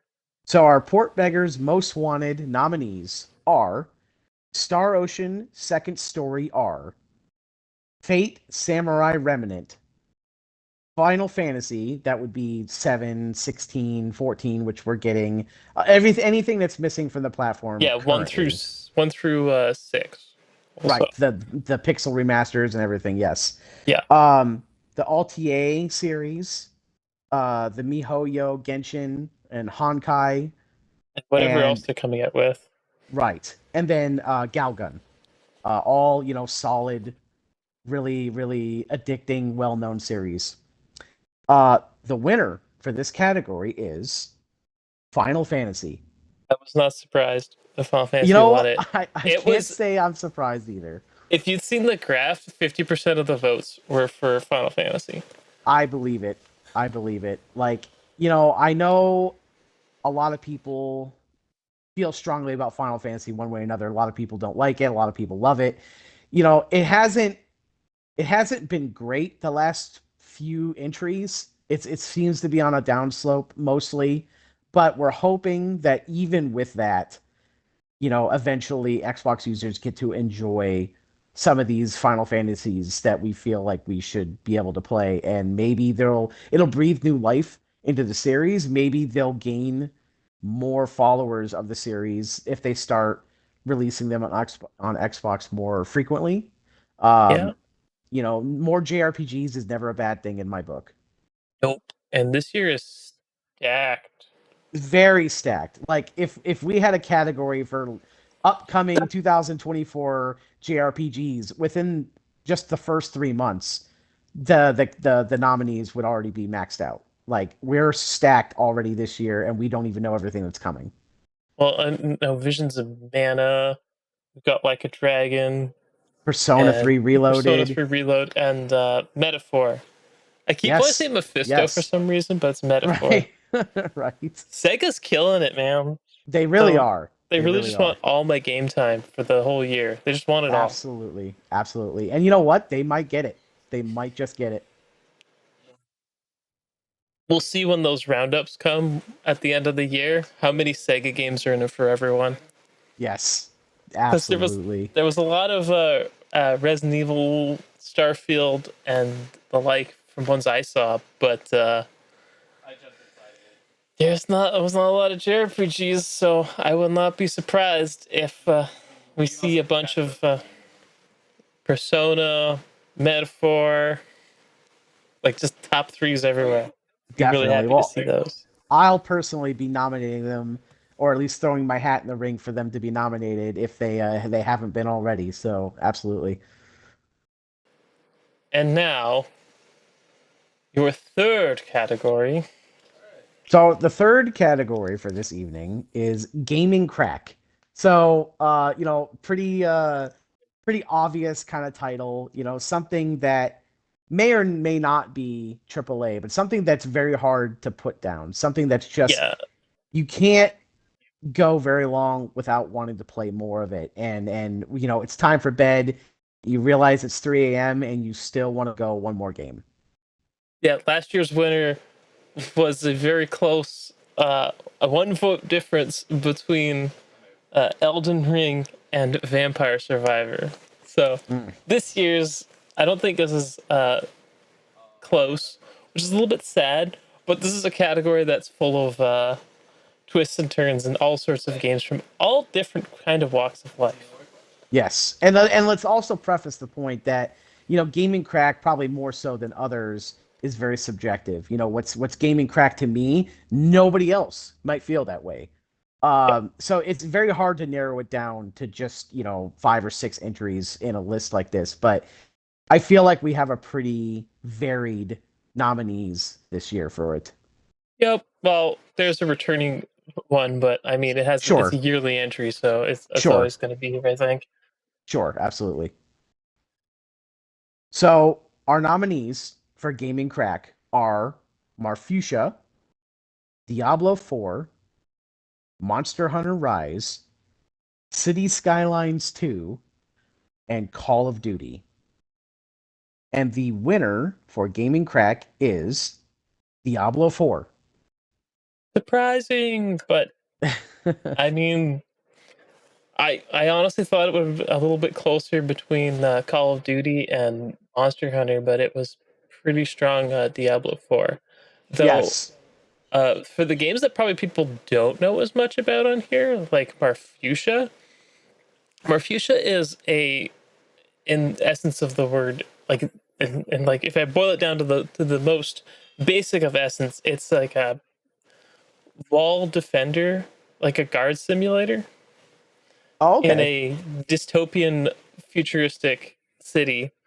So you get like paid, and then they take taxes off of it, and taxes will adjust as you go, and you get promoted, and a run will take you about 10 to 10 to 20 minutes, maybe 30 minutes if you go through the whole entire game and read all the dialogue or whatever. It might be like an hour, but you get these little spurts where it's a day, and then you get a choice of cards to buy, and then you like move on and on and on and so forth. And there's stories that happen. You can pick up a not party member, a partner to help you defend the wall better. And it is one of those games where you're just like, I can do one more run, and it's totally 3 in the morning. You're like, Yes. no, I'm still doing it. And games like that, again, they're subjective, but boy, when they hit, they hit. And Mm-hmm.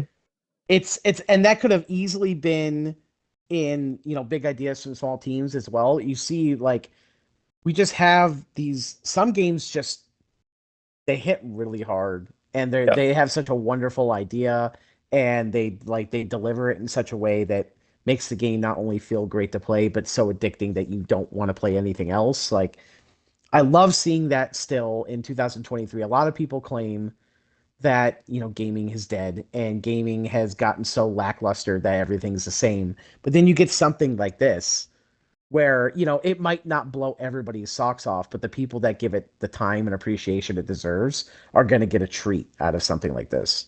Yeah. I definitely could recommend Marfuchsia. I'm probably one of the only people that played it, but it's cool. It's a And cool see, game. again, another game that is in my backlog that I just can't wait to get to. Actually, out of all 5 of those games, it's the only game in there that is in my backlog that I want to play. Like, I I'm I enjoy Diablo as a series generally. 4 didn't do a lot for me personally, but Justin, as everybody knows, is very, very highly protective of that series and is Oh, willing to stand and die on that hill. people are we're always at odds about opinions on Diablo 4. I've got a lot of opinions about it. So it winning is totally okay with me. This Yes. is a fan vote. I don't really get a say in it. I can Yes. put in my picks, but they don't always win, so it's fine. That's the beauty of it, Yeah, right? that's Like, beauty of it. it's Like, it's I got to it's vote. not biased and you got to vote and the people spoke. So, Yep. And Diablo 4 was the winner. So congratulations yes. to the team at Blizzard. Please consider, like making that game better because it could be better. Where's my adventure mode? Seriously. And last but not least, So our final category that I am presenting is a category that means very much to me and our community, JRPG of 2023. Now, Xbox in particular always has a little bit of a lighter year than the other platforms, but we're striving to make that less and less apparent as we go on. This 2024, for example, is going to be a stacked year. It's already a stacked year, and we're not even a third of the way into it, or a fourth of the way into it, even. So I imagine that this time next year, when we do the nominees for 2024, it's going to be even better. That being said, 2023 wasn't a bad year by any means. It was just a little on the lighter side, but there are still some solid games in there. And highly recommend playing any of them or all of them if you are so inclined. Yeah, this one's also a little bit weird because I didn't want to put remasters in regular categories, but the year was so light for other JRPGs that we ended up having to do that. But I'm actually kind of glad that the game that won the category is not. Um, we'll just go through it. Let's just go. Okay. Well, without hesitating anymore, the nominees for JRPG of 2023 are Sea of Stars, Nino Kune 2, Persona 4 Golden, Persona 3 Portable, and Raging Bites. And the winner for 2023's JRPG of the year goes to Sea of Stars. Yep. The indie of the group here, which is actually surprising. Uh, Yes. these were the devs that did the Messenger, right? Yes. And, while The Messenger is not a JRPG, it's a very solid, old school Ninja Gaiden clone, but it's got this element of humor and heart to it that you wouldn't expect in a game like that. And this is their first foray into like the JRPG market, and it was absolutely worth the wait, in my opinion. It was, if you recall to earlier in the conversation, it was one of my underrated games of the year for sure. Um, it was just, it's spectacular. It's got everything you would want from it, and it's not a super long investment. So if you don't feel like you have time to invest in a 100-hour JRPG, this is perfect for you. And I could not gush about this game any more than I already do. Yeah. Sea of Stars is well deserved. We got both Persona 4 and Persona 3 here. Both very, very, very good games. I feel like Persona 3 is going to be slightly overshadowed by the fact that there's a remaster around the Yes. corner. Yes. And Persona 4, the love of my life, my favorite of the bunch, of all the modern ones that I have experienced. But I haven't actually played 3 yet, so I was holding out for Reload because I finished. I remember I Yes. finished 5, and I'm like, you know what? 5 Royal, I should say, because I did all the Royal content, and I was like, that's enough Persona for a while. I'm gonna go play some other stuff. Yes. And then by the time I was about to get around to 3, they announced Reload, and I'm like, well, guess I'm playing Reload instead. But I am Yes. still gonna And pick up the physicals for the 2. absolutely. And you know what? We don't have long to wait to find out if Persona 3 Reload is good. I'm sure it is. It looks fantastic. Having never played the original 3, Persona 5 Royale was the first Persona I had gotten to play, being a primarily Xbox guy. So I missed out on this series for a long, long time. Yeah, And now that I get the chance to experience Persona 3, it'll hopefully give me that surge of energy I need to push through and then go into Persona 4 and really experience everything that Atlas has to offer us right now. And I just can't wait. I'm super excited. yeah. I still like 4. 4 is a very different vibe from 5. Yes. Um, so yeah, we even have Bandai show up this year with Nino Kuni 2 Prince Edition. I know it's a older game, but it's nice that we finally got it. Yes. I've heard nothing but wonderful things about it for years. I have a couple friends that really particularly love that series and have been recommending it to me for a long time. And I told them, well, if it ever comes to Xbox, I'll give it a shot. And now they're both here. And I just got to find time in my life to sit down and actually give them a shot. Yeah, I found Nino Kuni 1 felt a little old when I played it, but there's still a lot there to love. Right. And then the last game being Raging Bites from our friends at Camco, which never skip us, so they get props there. It is much appreciated that, no matter how big or small a studio is, that they see the value and the worth in the Xbox audience, and it's not a game that has to come to Game Pass in order for people to find love and enjoyment in it, which I also appreciate. Now, if I remember correctly, Raging Bites is like a combination of like a JRPG and a uh like Resident Evil kind of game.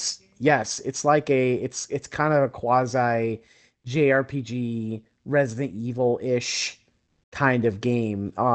Obviously not on the same level as either one of those. It's bite-sized, but it is very reminiscent of something like that. The combat system kind of reminds me of um uh did you ever play the Game Boy Color um Resident Evil Resident Evil Gaiden? game? I Yeah, did. Gaiden. I did. So, speaking of Resident Evil Gaiden in particular for the Game Boy Color is something that a lot of Resident Evil fans kind of just write off because it doesn't play like a traditional Resident Evil game. And I believe, if I remember correctly, the story is not canon either. So it's just kind of like this random thing that happened in the history of Resident Evil that nobody talks about. But if you don't approach it with the super seriousness of like, oh, I want it to be canon, I want it to be a mainline Resident Evil, it's actually a very fun turn-based, sort of turn-based Resident Evil Yeah. JRPG kind of game where it goes into this first-person view and you have to shoot zombies and stuff in a almost turn-based fashion, but not quite. It sounds really bizarre, and it is, but if you can find a copy of it, it's worth a playthrough. It's really stupid fun. Yeah, it is very, very interesting. You get to be Barry on a cruise ship. Yes. Yes. Yeah, but Raging Bites, it's like a little more advanced, but it does remind me of that combat system. So that's a Right. good Yes. comparison, and that's probably why you're looking forward to playing it at some point. Absolutely. But that was all your categories, and congratulations to all the winners. As Absolutely. Everybody deserved it. Everybody that was nominated, like everybody did an amazing job. 2023 was still a memorable year for a lot of reasons. And I'm hoping that, it just keeps getting better and better. well, it sounds Um, like we might get the port beggars might get their wish on Final Fantasy. Square seems to be putting more stuff out, or saying they're going to put oh, more stuff out. one can hope. One can definitely hope. I Yeah. would love to see that happen. I think a game series like Final Fantasy, whether you love it or hate it, everyone should get a chance to enjoy the greatness that it can bring. And I hope that we see it. Of course. Did you have anything else you wanted to say on the way out, or Well, just I appreciate the opportunity. I hope to come back next year and do this again. And I had a blast, and I hope everybody else enjoys the rest of the show and the nominees and the winners. oh, the winners are always going to be fun, and I think people will definitely enjoy. Well, there's also the very last category will be player's choice, which Yes, um, I'm not surprised by the winner of. I don't think anyone will be surprised by the winner of, but it's player's choice, so I had no say in anything really. It's just like where you there you guys go. just say whatever. Yes, absolutely. Hopefully, we can be a little bigger next year, so we can get a little more input on some of these. That would be fantastic. If you didn't get to vote this year and you didn't see the retweets and shares of the voting for the nominees for everybody, um, make sure you look out for it next year because the more votes we get, the better. And we just it's just a fun little thing to fill out and do. So Yeah, be sure to look out for that. we're not doing this for money. We're doing it for you guys. And I am back again, joined by. Introduce yourself, please. I am Waffle, also With joined by Waffle. With a 3. Don't forget the with a 3. 3. 1F and a 3 instead of an E. Yep. 1F, 3 instead of E. Yep, it's waffle.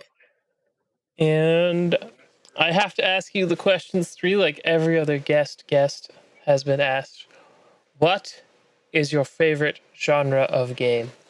My favorite genre of game, honestly, it's kind of specific, but it's probably horde mode based co-op games. So anything that pits me with my friends against several different enemies at the same time, I love that. I'm a sucker for it. Left 4 Dead, Back 4 Blood, any of those kinds of games. Even I loved Aliens Fire Team. Loved those. My runner-up would definitely be card-based RPGs, though. It's a close second. That's fair. Very fair. And then what are your 3 most underrated games of 2023?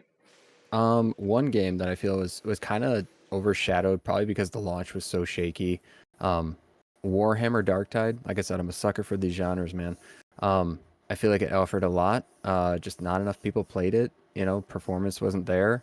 Um, but I think it had good bones. Even for me, not being a fan of like the Warhammer lore, I love the way it looks and all that. But I definitely say it was an underrated game.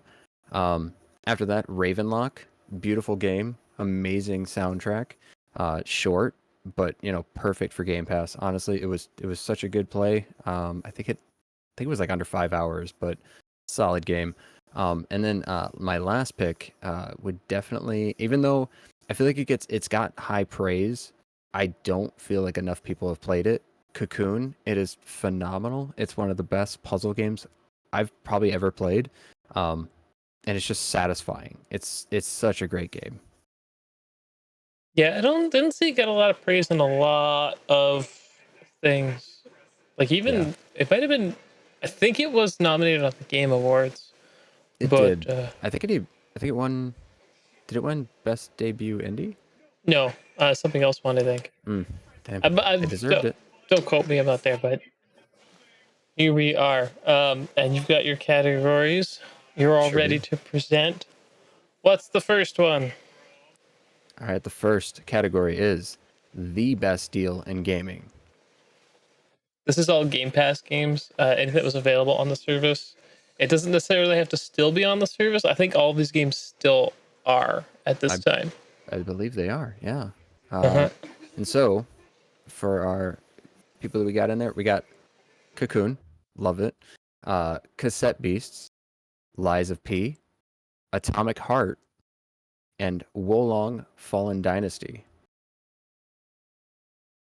And when you're ready, you can announce the winner. And the winner is Lies of P. Yep. It was Liza P kind of came out of nowhere and just stomped the competition. It was not very close in this category, unfortunately. Uh, Weirdly underrated too, a little bit. I know it gets a lot of praise, but I still feel like people play it off. But it was good. It was a good game. Didn't finish it, but really enjoyed my time with it. I have problems with it. It's just the way I play these kind of games. It really wants you to parry, but 66% of people that voted for it, so that's how it is. And then the next uh, second was a tie between Atomic Heart and Cassette Beast, and then Cocoon was third. Oh man, Cocoon dropping. See, telling you, more people need to play it. They would understand. I'm sure they would. I think that's why some of the categories went the way they did, but it doesn't necessarily mean that's why all of them did what they did. Um, is there any games here that people might not know? Like you said, Cocoon's a puzzle game. So we've Mm. already established that. Cassette Beast is a Pokemon like, where you have cassettes and you like put stickers and stuff to buff them, and you can like rewind them with a pencil and heal them. It's a very weird, fun take on the Pokemon genre. Atomic Heart being that weird. There was a weird discourse with that game because of like the whole Russian callbacks and how it's like Well, set in it's. Mother Russia and all that. Well, I mean, the Mudfish is Russian, but it's like Soviet Russia. Bioshock. It's trying to be Bioshock, but I don't think it gets very close to it. And Wolong being a Team Ninja game that is set in the romance of the Three Kingdoms, the dynasty. So all your favorites are in there if you like that. I didn't really jibe with it. Well, yeah. Unfortunately, I was one of those games I played, and that game really wanted to parry. That game's all about blocking at the right time, getting it right, and if you don't, you get punished hard. Yeah, it was hard to play, so I did not get that into it. But yeah, that was the best deal in gaming category. Congratulations again, Liza P. It's Well an indie deserved. studio, wasn't it? Yeah, well deserved. I mean, it looks the part. My problems with it are just with the way it magnetizes to people and fighting the bosses. It's like, you better be perfectly on time. If you're not perfectly on time, nope. That's what I didn't like about it. So, but that's fine. All right. When you're ready, the next category, please. The next category is Never Saw It Coming. Yep. This is a category for surprise announcements that no one saw coming. And we have Ghost Trick, Inscription, Quake 2, Little Noah, and Spooky's Jump Scare Mansion. And your winner for Never Saw It Coming is Ghost Trick. yeah, who would have expected Ghost Trick to come back from the dead? This weird little DS game. Yeah, exactly. About being a dead detective that comes back from I was the about to dead. say, like, It's just so how on ridiculous. point. Yeah. But yeah, honestly, and one of the games, I mean, obviously, I'm big into like card-based games. Inscription, like, that game takes you on a journey, man. That honestly, it's one of the best games in that this whole category too. Beautiful game, loved it. I think this is probably the favorite surprise. I don't know if it necessarily is about the game itself or more like the surprise, but it could be both.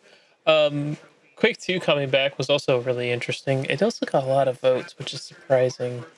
I can get the exact percentages for us in a moment. But the other surprise was Little Noah. That came out of nowhere. Cry Games is like, yo, I still Xbox, gotta play Little here's the Noah. game. I beat it. It is a fun time, but hell mode actually sounds like hell. I think I heard you talking about it one time, and I Yeah, was like, it's "No, like I'm one good." hit kills. One hit kills, bro. I'm like, nah, I'm good. Thank you, though. I don't think there's any achievements for hell mode, so you're safe. Oh, thank God. What are we on? We're on Never Saw It Coming. Here we go. So Ghost Trick got 36% of the votes. Inscription was unfortunately low. Quake 2 was tied with Little Noah for second. And And then I feel like Inscription at glance, it's really hard for people to understand what's going on there to buy it yeah. even. That you just don't get it yet, you know. Yeah, it is far more involved than the game leads on to. It's just insanity. I really need to get down to play more of it. Like, I picked it up. I watched my brother play some of it. I've seen some of the conversations about it, but not like the card based, like the whole. You gotta just get into it, guys. You just gotta get into it. Yeah, and I feel like that's one of those games, and I'm not sure if it has one, but it would really benefit from having a demo.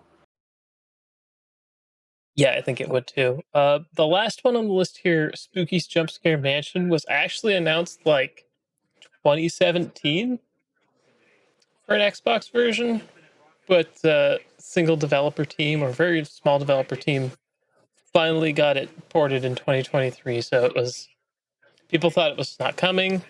I know it's not like a big game, but you know, coming through with your promises, even if it takes you a long time, is better than just leaving people hanging.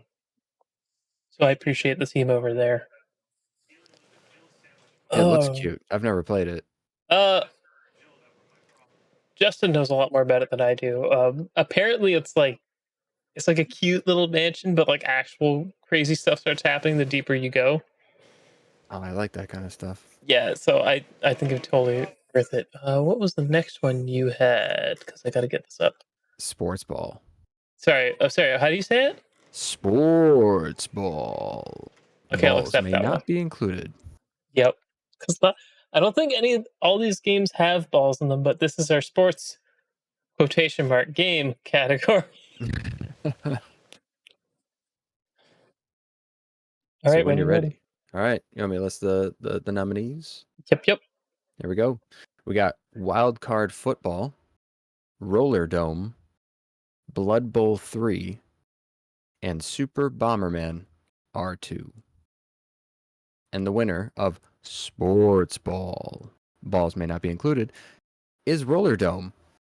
Yeah, Roller Tome. Kind of surprised that it won, but I've heard very good things about it, even though it looks kind of clean and Yeah. sort of sterile from the video I've seen of it. But I've heard very good things, and I've yet to play it. I think one of my friends categorized it as Tony Hawk with mashed with super hot.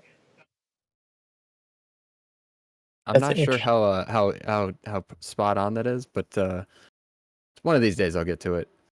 Yeah, it's on Game Pass. That's worth seeing. So it got 36% of the votes, and your runner-up was actually Super Bomberman R2, which I have a copy of but haven't opened yet.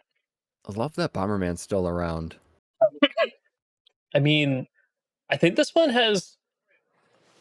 Does this one have the? Because they had a. Yes, it does. It's got the 64 player Oh my god, 60.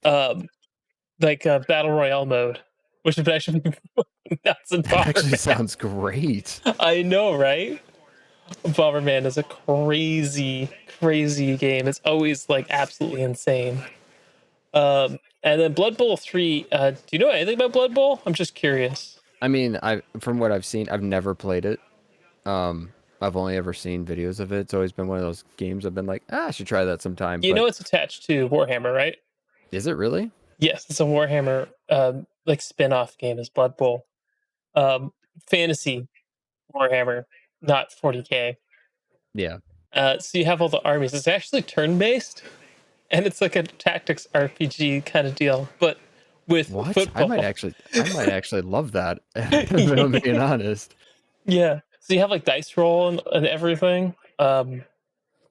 You can pick your like prize player and you can put points in them, but you got to be careful because they can get injured or they can get killed. Oh, So that's great. yeah, so maybe your prize player can get killed. There's like an apothecary, so you can maybe get people healed up, but you got to be careful with who's on what. And it's kind of like it's a management sim, like football RPG that is like nothing else. So I don't remember what armies or teams are available in it, but I feel like that's such a niche game. it's But very I'm kind niche, of but in. it's pretty cool. It's a pretty cool game. That's what I love about doing this kind of thing is to bring notification like people to notice games that maybe they wouldn't before. Like Game Pass does a good job, but there's games that don't get on Game Pass, and we try and bring light to. Wildcard Football is actually trying to beat NFL Blitz. Yes. I thought about picking that one up actually. Like Oh, I like football. And I've always loved Blitz. And like when I saw this game, I was like, this looks bananas. Like oh it yeah, it looks looks so absolutely bananas. crazy. When they I say wild remember, card, they're not joking. yeah, I think there's like a wild card mode that's basically like NFL Blitz, where it was just like you just trying to play, but have to fight for your life on the field. It almost seems like it's Blitz, but also mashed up with like the question marks from like Mario Mario, Kart. Mario Kart, yeah, yeah. I know exactly what you're talking about. It's just absolute insanity. So it was really cool. A very surprise like a very surprise game to just pop out of nowhere, basically. I remember when we saw it in the podcast, we're like, "What is Yeah. this?" Because most of the time, I just ignore the sports games. Like if it's FIFA or whatever, or the whatever they call it now, or whatever EA sports game, I'll just ignore it. I'll be like, "Yeah, it's coming," but give it no Is it coverage. EAFC? It's something like that. I don't know Maybe what it's something like called. that. Yeah, they didn't want to pay for the FIFA license anymore. I don't know if anyone's gonna want to pay for it, but that's okay. You get the honor of doing the Xbox Has Games category. Oh, beautiful category here, actually. I love it. Xbox Has Games. The nominees: Hi-Fi Rush, Starfield, Ghostwire Tokyo, Minecraft Legend, Killer Instinct Anniversary Edition, and Age of Empires 2 Definitive Edition. And your winner for Xbox Has Games is Hi-Fi Rush. Yeah, very well deserved by Tango GameWorks here. Absolutely amazing game. I Yep. love that game so much. The writing is fantastic. The visuals spot on. The music great. Sound effects awesome. Like, and the fact that it was just a drop out of nowhere and Yep. nobody even knew about it was amazing. Well, the leaks were also like really dumb, if we're being honest. Like, this is what this game's gonna look like. It's not what the game looked like at all. And then when we saw alpha footage later, it's like, who the hell made these images? I don't even know, but Hi-Fi Rush was definitely the fan favorite. Everyone's always talking about it on my feed. I am not surprised to see it win here, Yeah, even over absolutely. the Gargantuan Starfield. It is pretty close between the two, actually, percentage wise. It's 47.2% for Hi-Fi and 41.7% for Starfield. Man, holy. Yeah, I mean honestly, like I love Starfield personally, but I'm like one of those people that's like a sucker for that Bethesda formula. No matter what you do, like let me pick up a whole bunch of stuff, sell it, pocket it, hoard it, you know what I mean? Like love that. But honestly, yeah, for me it's like Hi-Fi Rush in this sense cuz it's original, it was different. And I love rhythm games. So it's like it like hit all those points. And like I said, that the writing in that, it actually made me laugh. That's not easy to do in a I game. liked all the weird references to music things of past, like Left Shark Oh was a yeah. great bit. Yes. It Yep. was so funny when I'm like talking to people and I'm like, oh, the Left Shark bit was so good. And they're like, what are you talking about? I'm like, you forgot about Left Shark? I didn't even watch. It was the Super Bowl, wasn't it? Yeah, it was. It was Katy Perry, I Yeah, believe. it's Katy Perry. And it's like, it's like, oh, this character's supposed to be Katy Perry. All right, I love it. I don't Yeah. want to go too into it, but they do the Left Shark bit, and I absolutely love it. Yeah, I don't want to give away a whole bunch, but yeah, one of my favorite songs is like the last boss fight. Oh, So good. so So good. good. Oh It is that man. perfect Yeah. combo of like Japanese friendship can win all, and like North American weird memes. It's this huge. It's this hodgepodge. I absolutely love it. I'm not even good at rhythm games. I actually usually just dodge rhythm games, which you know is funny. I play guitar, so it's like sometimes, what? sometimes that's what happens. Yeah, so I just kind of dodge rhythm games. But I think it's just a I, disconnect. man, between the fact that it only was those two, honestly, like I don't know what it was, but like I loved Ghostwire Tokyo. Like I actually had a really good time with that game, and maybe it's because it was on PS5 the year before, but like I don't know what it was in me, but like I never got like sick of like the combo system in that game, like using like the different like signs and stuff and like different attacks. I loved it. It was just so much fun, and it felt really good. Did you play a lot of the Spider's Web mode, I like the didn't. roguelite mode? That's the one thing I didn't do. It's kind of fun. My one problem with Ghostwire Tokyo and why I don't think it's as well received here is the controls are a little bit funky sometimes. Like they feel stiff on a controller. At least I found them stiff because I went back to play it um, not that long ago and I found it very stiff. And I was like, no, I like this game. It's still better on keyboard and mouse, but it still doesn't feel right. Like it doesn't flow nice. Mm, I could see that, and I don't know how the PS5 did it. Like with like I don't know if they incorporated the touchpad, so there might be like some kind of like I think there was a disconnect touchpad there. thing with the the chakra sign, the signs you had to do to like free spirits and pull Oh stuff out. yeah. Yep. I think so, but That would make sense. honestly, the best bit in that game is the bit that got added with the DLC, the school. Oh yeah. That The was the the guy that follows you. when you go to the school for the thing and everything. Like probably the scariest bit in the entire game was DLC. Yeah. Apparently, Yeah. I would actually agree. I thought going into that game, I thought it was gonna have some horror elements, but like, yeah, the only time I was actually like a little spooked was that DLC. yeah, the school just kills it. All right, that brings us to the end of all our stuff here. The end of end all. The end of end all. The end of your bit, anyway. There's more bits to happen to record, but you have anything to say to people, or because I'm gonna have your Twitter handle and stuff up so people can tweet at you. And No, man, just be nice. yeah, I just feel like in most cases, some of these people are kind of weird, you know? Like, I feel like one of the things that like you guys really stand for is like making sure that like everybody's able to play out where they want, right? I don't want to like, I don't even like the idea of like locking down third parties for any console, right? Like, if I see a game, I want to play it where I want to play it. And I don't understand why that's a problem. It's weird, right? it's real weird. And then the people that try and just tell us that we're wrong because we want stuff Yeah. somewhere else. It's just we just people too. We just want to play games, and it's like just because I could afford another console if I really wanted to, doesn't mean I want to put that money into that. Yeah, agreed. I mean, like I'm an Xbox first. I have all of them, but like that's where I want to play my games. And it just looks like I can't, you know, sometimes. So, Especially with yeah. third party stuff. Yeah, release the third party. Release them. Well, thank you for your time, Phil. Hey, yeah, you're welcome. Thanks for having me. Honestly, it's been fun. It's good. Oh, it's a good time. And we will see you sometime, probably. Were you going to be part of the Resident Evil 2 race? Oh man, I could. I'm so rusty on that game though. I think everyone is, and that's the best part. I think the last time I played it was probably 2 years ago. It was definitely before the Series X patch. Yeah.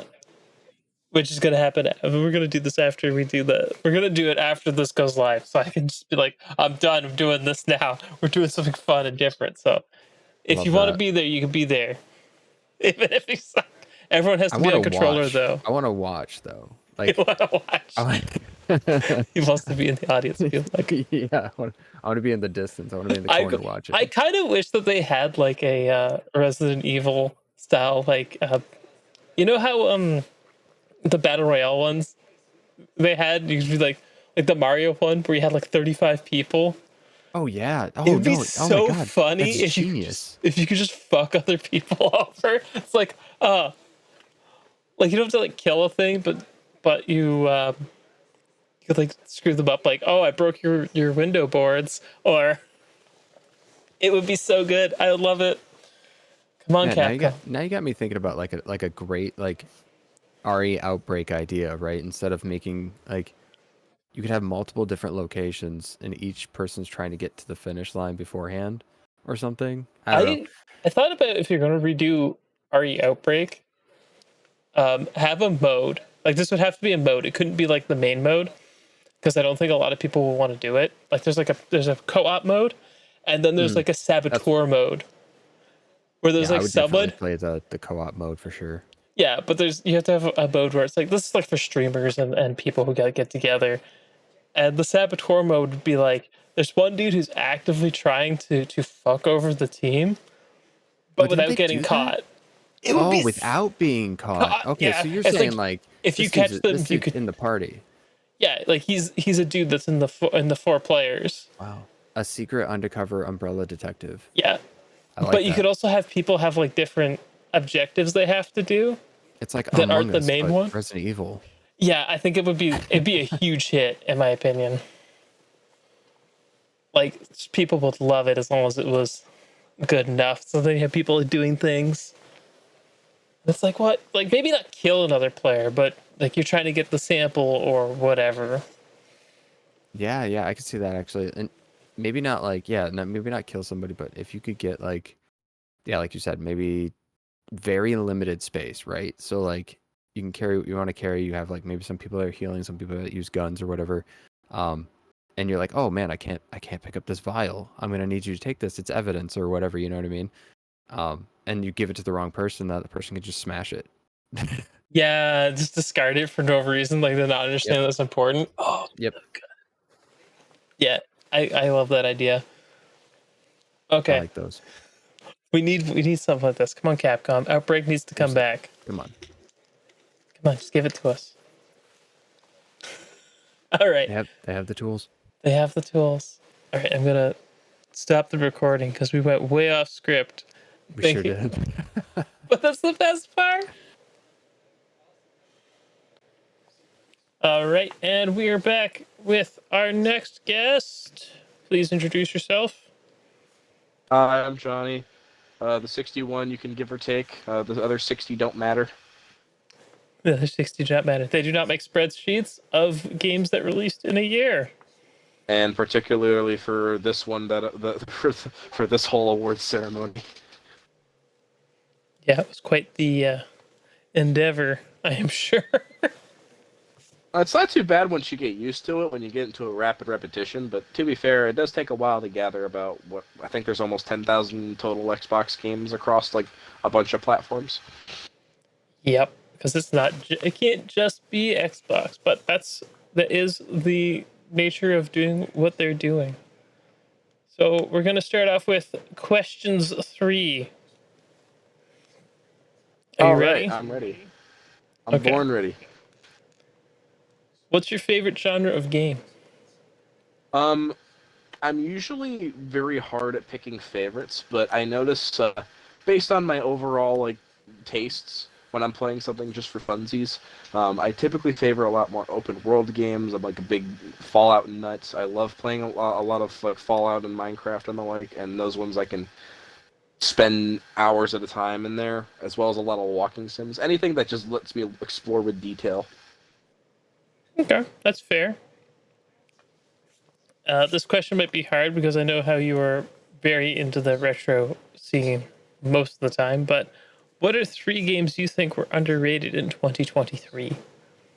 That one actually has been a pretty somewhat easy question for me to answer, actually, because there's been, even though I've been playing a lot, especially throughout 2023, there's like 3, like, I guess, sets of games that have really like stood out for me.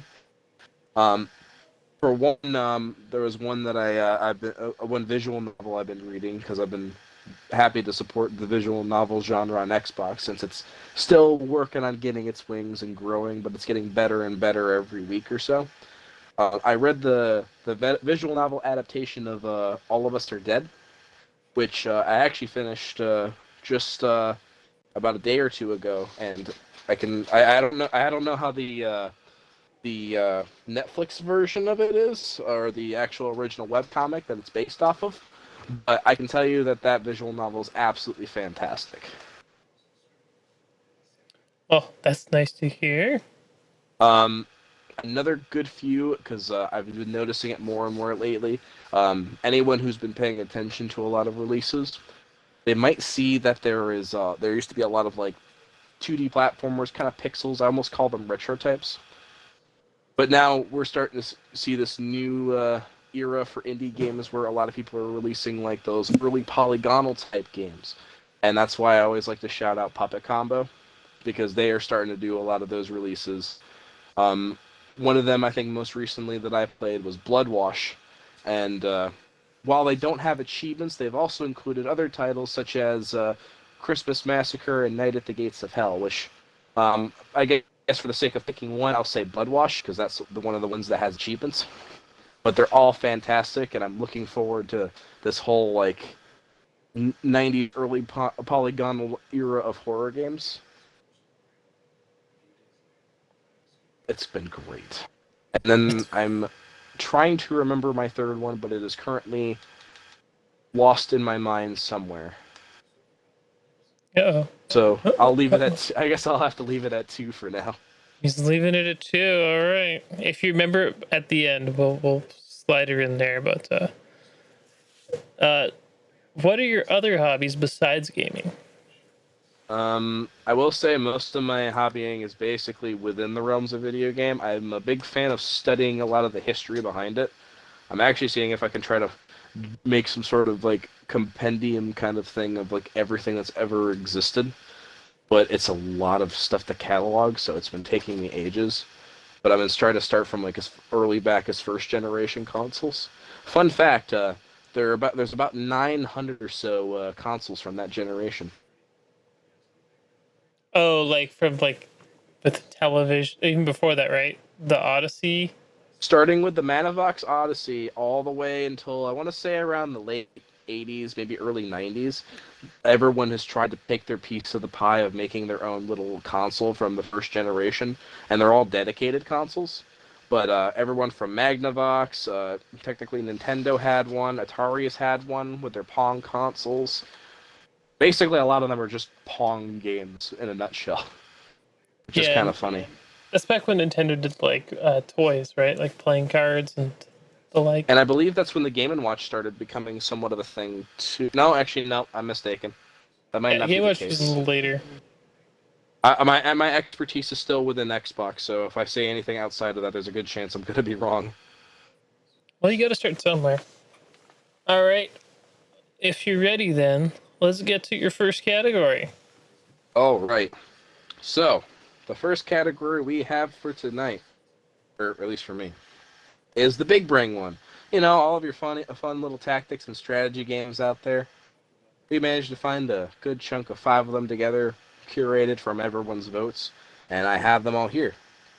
So, we have Persona 5 Tactica, Uga 2, Aliens Dark Descent, Lamplighters League, and Arcadian Atlas. And the winner for those, drum roll please, if you would like, because I don't think we have a sound, or I could I slap might on the edit one keyboard, in. We'll see. or anyone watching at home, you know, they could You just can. do a drum roll for They me, could be save me the doing the headache. drum roll the whole time. Just keep it going the whole while I'm explaining it. The winner of this would be Persona 5 Tactica. Oh, congratulations, Persona 5 Tactica! With a whopping 63.9% of votes. Which makes sense. So there's been a lot of Sega fans lately with all the work that they've been doing. Well, Persona finally has a presence on Xbox, and all of a sudden, people, have attached to these characters, and I am not surprised. I'm a little surprised Fuga 2 didn't get more votes, it being a number 2 at 22%. But maybe there's enough furry strategy fans out there for him. Yeah, maybe they'll be able to give them more of an excuse to check them out. You know, that's why we put them up in the first place, because they're nominated for a reason, after all. Yep. I think all of these, except for Arcadian Atlas and Aliens Dark Descent, are on Game Pass. All the more reason to give them a chance to try them out if you haven't already. Yeah, Lamplighters League is kind of interesting. It reminds me of I don't know if you played it before, Desperado. I played Desperado 3 when it was on Game Pass. I've heard of it. Unfortunately, it's one of those games that has missed me because I've been busy playing so many other games. I mean, I really like Desperado 3, and then I got to the Mardi Gras level, and I was like, "Oh god, this is one of those. You gotta do it this way." Sort of ones that I was like, I don't know. Ah, I see. It's like a real time strategy game, but yeah, I've heard there's a lot of similarities between Lamplighters League and that. You didn't play any of these? Unfortunately not. I'm still playing games, but I've been mainly focusing on trying to clear as much of my backlog as possible. But honestly, every time I see more people playing a lot of newer games, I'm just thinking, I really need to make room for some of these. Yeah, I could be playing this right now, but I'm playing this instead. Like, oh, look at this, the new Yakuza game's coming out, or Like a Dragon, Infinite Wealth, or Persona 3, and it's like, well, I still haven't even played the original Persona 3. And I'm just Yeah, like, all right, well, I'm going to have to make a sacrifice at some point. a blood sacrifice so you can live forever. And that's why I've always been joking that I can't die until my backlog is done. And of course, by that logic, I don't think I'll ever die. Judging from just looking at my bookshelf alone, with 90% of those games I have not even so much as touched, let alone launched on my console. I have a few that are still wrapped that I haven't even opened yet, so it's okay. I just got a copy of oh dear, what was it called? I got my copy of Paradise Killer, and I still haven't even like looked at it other than to make my little happy tweet that I got another game that I get to enjoy later on. At some point, yeah, Someday. someday. All right, let's move on to the next one. Unless you have anything to add about these games, I don't think you. The only thing I have to say is Sega is basically one of my best friends now because of all the work they've been doing for Xbox releases these past couple of years. Sega's been killing it. But up next, we have the short and sweet category. You know, those quick little 8 hours or less, little quick little bursts. I was gonna say spurts, but I think little quick bursts makes more sense and sounds a little more appropriate. They're like the afternoon kind of lazy Sunday sort of games. Just start up and then finish, and you feel good about yourself afterwards. Yeah, one of those ones you can kind of clear in a day. Yep. And for those, we have Scars Above, Hellboy, Web of Weird, Little Goody Two Shoes, and Ravenlock.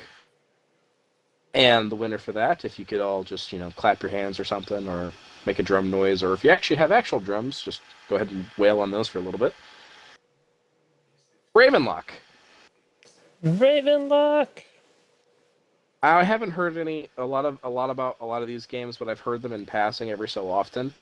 Most of which I've heard, I think, from Little Goody Two Shoes myself, but I've heard a lot of people really enjoyed Ravenlock. Ravenlock is it's kind of, I don't want to say it's like Alice in Wonderland-esque, but it kind of is. But you're like the hero, and you have like a sword. It's kind of childish and pretty simple. It's not a super long game. It's really fun. Like an easy 1,000. It was one of those games that came to Game Pass. That was like, I think Still people is, just I believe. tried. I think it is still on there. But it's just And like a short, little fun romp. I will say a lot of the aesthetic actually drew me in because I'm a sucker for pixel art too. So something like this would probably be right up my alley once I eventually get to it. I mean, it's a good game. Like, don't expect like deep mechanical prowess, but it's good enough. I played all of these except for Hellboy, so I guess I'll talk about them. Scars Above was this sci-fi shooter that reminded me very much of like picking up a game you've never heard of back in the 360 era, and you're like, oh, this looks fun, and you just pop it in your console and you start playing, and then you're 8 hours later, you're like, that was a fun time. Oh, I know exactly what you mean, actually. There's a couple of 360 games I've had like that in the past. Yeah. It's something that's kind of missing, like in the era of always on and entertainment. Like big games don't do it. Like there's little games like that, but bigger games or higher budget kind of 3D games don't usually fit in this category. So it was nice to have one of those. And then my favorite game of last year or 2023, Little Goody Two Shoes. I don't know what I can say about this game besides if you've watched the anime Madoka Magica and you liked it, you should play this game. I don't want to spoil anything about it because I feel like even that's a spoiler. The only thing I can say about it, because I unfortunately still haven't played it yet, is I always look at the screenshots of every other game that's on sale that sticks out, and this one particularly stuck out to me because I just haven't seen that anime anime art style before, in a while. Not since I want to say around that's more like the 80s and 90s, correct? Yeah, it's very reminiscent of that early 90s sort of with the very predominant sharp nose on Elise, your main character. Which kind of that one I works know. for I look forward to playing. I mean, That if you don't like Yuri, probably also don't play it. That's why I'm like, if you liked Madoka Magica, play this game because it does a lot of cool stuff. And then Hellboy: Web of Weird, which I have not played, but I wanted to play because it looked really cool. It actually looks like the comic books. You've seen a Hellboy comic before, right? I've seen a couple here and there. I never fully read it, but I'm also briefly looking at all the screenshots for good reference sake. And I was looking at that as well, and it looks really not. Actually, I really like the aesthetic of it overall. Like it feels like along with that original comic book style that I've seen so many times before. Well, that's like I can't remember the artist's name at the moment, but that's his style. The way he always draws it, it's like super noir, but with like the colors and lots of black negative space. And then And it just looks so clean. it does, yeah. They It'll be a basically, treat when I eventually play this. yeah. I'm when since it's digital only, I'm waiting for like a decent sale.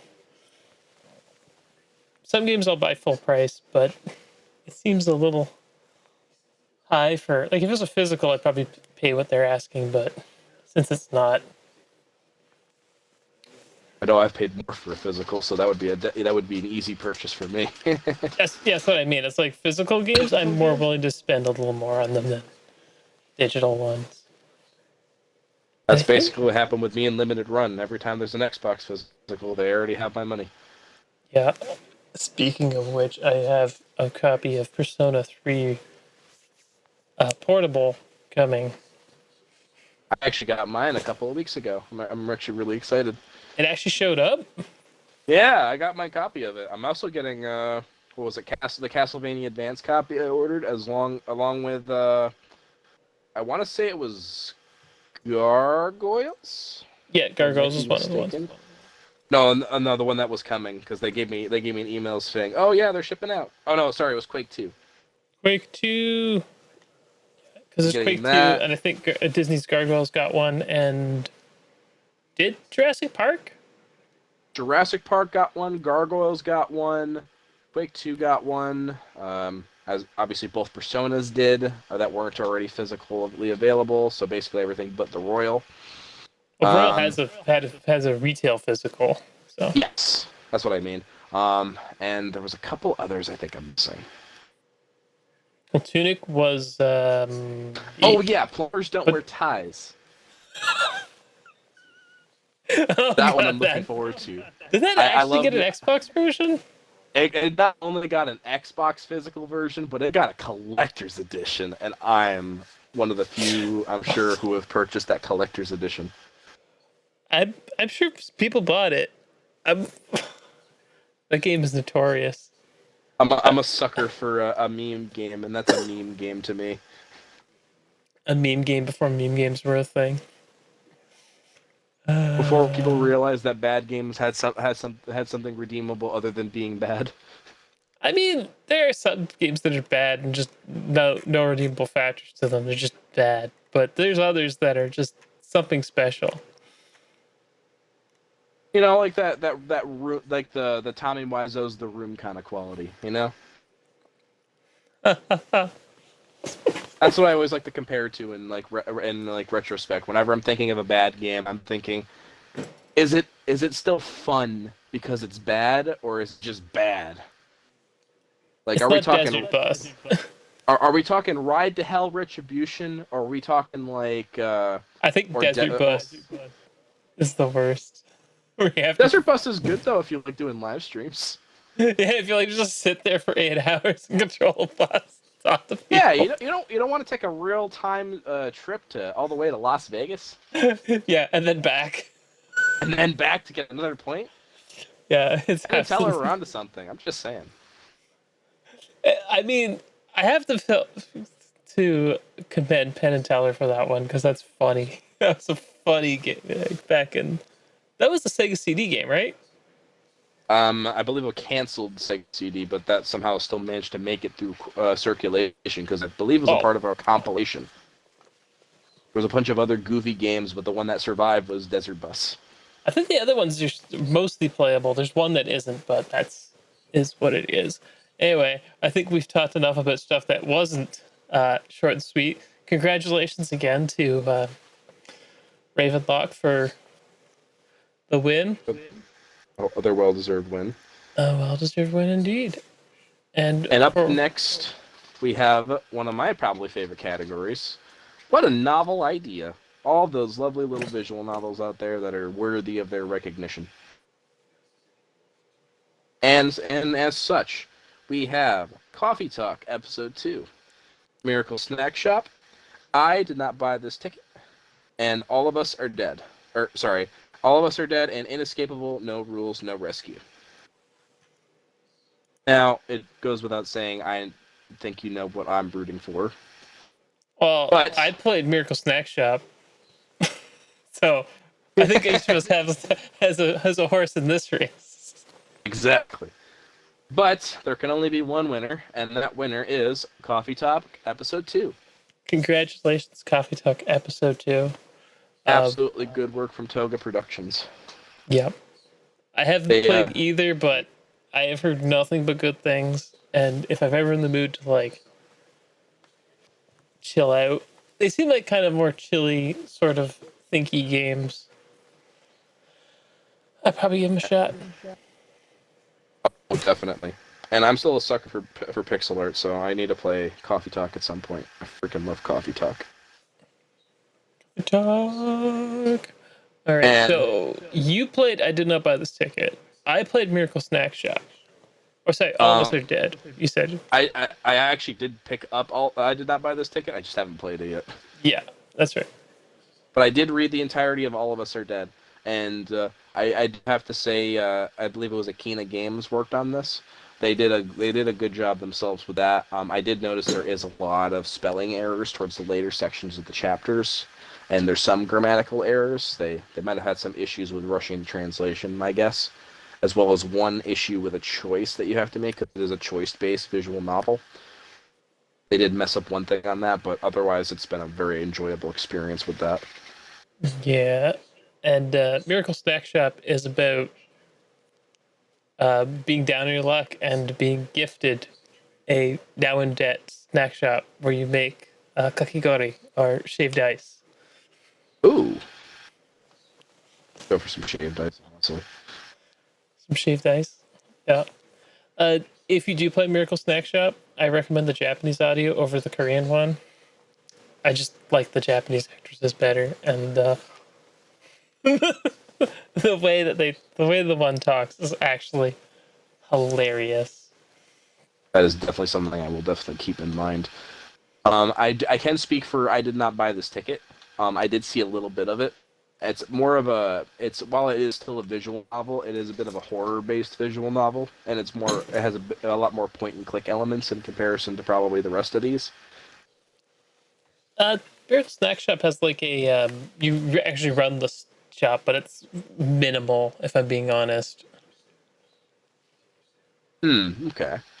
Like you learn recipes. There's like little people that come up and ask for, like, oh, it'd be great if, like, side quest basically. You have to learn a certain recipe to appease them, and you get repped for it, and then you can buy like advertising but some of the events, a bunch of the events that come up, because you're also trying to like woo the girls. I'm not gonna try and lie to you. This is like a romancy one, but like if you take them on a date, it costs money.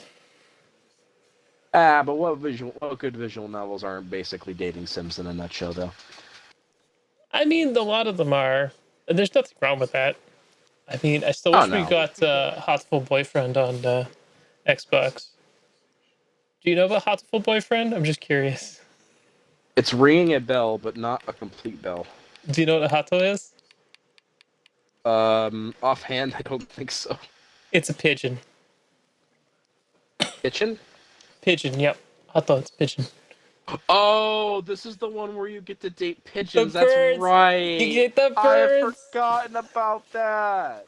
I mean, if you don't know what Hato means, then you might have a problem.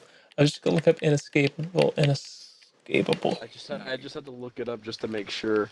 I was actually looking up Inescapable right now. I take it you haven't played it yet then either. No, this is, if I remember correctly, this is. It looks like it's supposed to be kind of like. I am getting Danganronpa slash Saw vibes from it, but it also looks like a board game. That's the one that threw me off a little bit too, because Yeah, like everyone's a playing piece. there's two things that threw me off about this game. One, when I originally was doing the research on this list, this one for some reason got classified as a run and gun, and I could not figure out for the life of me why it was. But I figured, oh, whoever put the genre in wouldn't be wrong, so I just kept it in there, only to be severely mistaken. I mean, if they marked it wrong, it's on them. But now I marked it wrong, so it's on me. Oh no! But I will definitely say every single one of these visual novels that have been mentioned in this category, if I have not played them, they have drawn me in with their with each in their own special ways, because I suck up like visual novels like a bunch, and I will be looking forward to playing all these at some point, especially getting the physical for Inescapable, because I believe that one actually has a physical. I think it does. It says it only has English audio though, which is weird. Interesting. Well, when push comes to shove, I'll get to it at some point, and I'm sure I can mention it later. Yep. It looks interesting, at least. But I think we've been on this topic for more than long enough, because I want to try to avoid just staying on like talking about Sega the whole time. Sega. So up next we have the "Haven't I played this before?" category. That consists of all of the lovely remakes that we've had that have, or re-releases of some sort that have also been blessed us on our on our lovely little Xbox consoles, or big consoles, depending on which one you got. And for those, we have, of course, Dead Space, Resident Evil 4, the Metal Gear Solid Master Collection, Fatal Frame, Mask of the Lunar Eclipse, and We Love Katamari Reroll plus Royal Reverie Special Edition. Yeah, they had to have a title longer than everything else. Funny enough, not the longest title I've actually seen that is released this year. Yeah, I was gonna say there are longer ones. It's still not Dragon Quest XI-S. But it's like a whole paragraph basically. Something of an Elusive Age, Definitive Edition. It's basically a paragraph. That's right. I do remember that. There But is anyway, one that has gotten longer than that, though, which okay. I will announce once I'm done announcing the winner. And the winner of the remake category is Resident Evil 4. Yes, this is a very close race, actually. I feel sorry for Dead Space was number 2. It's pretty close. Like the pie chart's kind of interesting to look at because it was 38.9% Resident Evil 4 and 27.8% Dead Space. So That's pretty close, I'd argue, though. it is pretty close. Metal Gear Solid got 11% and 13.9% for Fatal Frame, and our poor little friend We Love Katamari Reroll plus Royal Reverie got 8.3% of votes. Hopefully this gives everyone more of a chance to check out Katamari, because I know not many people talk about that on a regular basis, as well as actually Fatal Frame. I haven't heard many people speak about that. That, honestly, Master of the Lunar Eclipse is better than Maiden of Blackwater. Like, by far. Ooh. And I'm a sucker for my horror games when I'm in the mood for them, so that'll be a fun treat for me as well. It's a very interesting mix. I don't know exactly where this is showing up at the show. This might be the first time it's shown up. But it was a Wii game that was never released here. Really? Yes, and it was I don't know if he directed it or just was like producer on it, but Suda51 worked on this one. Oh. Yeah, it's kind of a weird because I had to look it up because I saw him in the credits and I'm like, wait a second. And then I looked it up and I'm like, yep, he did. It doesn't feel like one of his games though, so it's not over the top or whatever. But well, the character models still look good. A lot of the environments are a little more low poly, but it kind of adds to the creep factor with some of them. Yeah, like I was saying with like a lot of the rise of these early polygonal 90s games, I always prefer a lower resolution, I would argue, for horror games because it leaves more to the imagination. And for these exact reasons. Yeah, or stuff that's just not perceivable. But Enough to get goes. your imagination going and trying to figure out and put the pieces together in your own head. I don't think I need to tell people what Metal Gear Solid Master Collection is. I would hope not. If you're here, you probably know. Maybe you don't. Maybe you're too young. But it's the first time we've seen the original Metal Gear Solid release on anything else other than like GameCube. That's not the GameCube version. It's not And it's the original PlayStation 1 version, which blows my mind. it's weird. They could have included the Twin Snakes too, but That one they're going to have to do a little bit of tweaking with, because that one has a lot more Nintendo influence, because we can't exactly have a Mario figure in an Xbox game. That would probably turn some heads.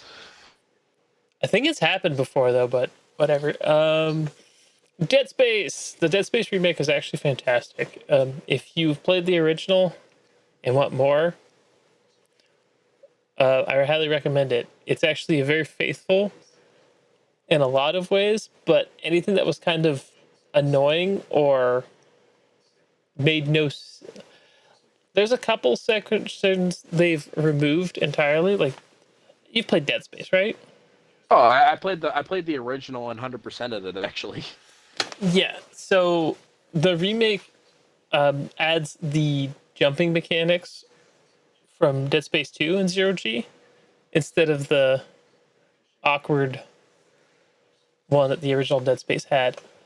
Yeah, the jump boots, I believe it was. Yeah, you could like free fly now if you have, and they also made Isaac actually have a voice. They redid the entire ship and the way level progression works. So the ship is actually the way the map depicts it is not like just individual levels. They like hook into each other, like the map says they do. Ooh, I like Yeah, that actually. yeah, you could technically walk from one side of the ship to the other if you wanted to. And I also heard this randomly come out of nowhere, but they also said that the new facial model for Isaac Clarke looks a little bit more like Adam Sandler. I don't know how really true that is, because I've seen it and I kind of see it, but at the same time I don't. Uh, I didn't find that. The one thing that annoys me, and you know the iconic, like Isaac's iconic helmet coming on and off in the original. It's just a regular helmet now. Oh, they did it like that? Yeah, I was a little Actually, disappointed because the building up the Iron Man thing was so cool. actually, I think they did that in the original Dead Space 2. It wasn't until Dead Space 2 that they made it like kind of like form itself together. Come to think of Okay, it. you might be correct, but I missed that cool the helmet like building around him. I still think that's way better. They should have kept that in if they could have got away with it, but maybe they were trying not to be too converting over to Dead Space 2. I guess not, but all the changes they did were for the better, and I think the game is actually a better experience because of it. But I don't think it replaces the original. No, I don't. I wouldn't believe so. But it's definitely worth your time to play it. Oh, without a doubt. Hell, everything that's been mentioned on here would definitely be worth your time to check out. Yeah, and then Resident Evil 4, which I'm not surprised won, even though I don't Resident think Evil's it's always been a it's popular a. one amongst everybody. I mean, it is a popular franchise and one that's near and dear to my heart too. But Resident Evil 4, Especially 4. yeah, and 4 is the game I have a love-hate relationship with because it literally brought the worst part of Resident Evil, 5 and 6. It's all about how you kind of perspect those.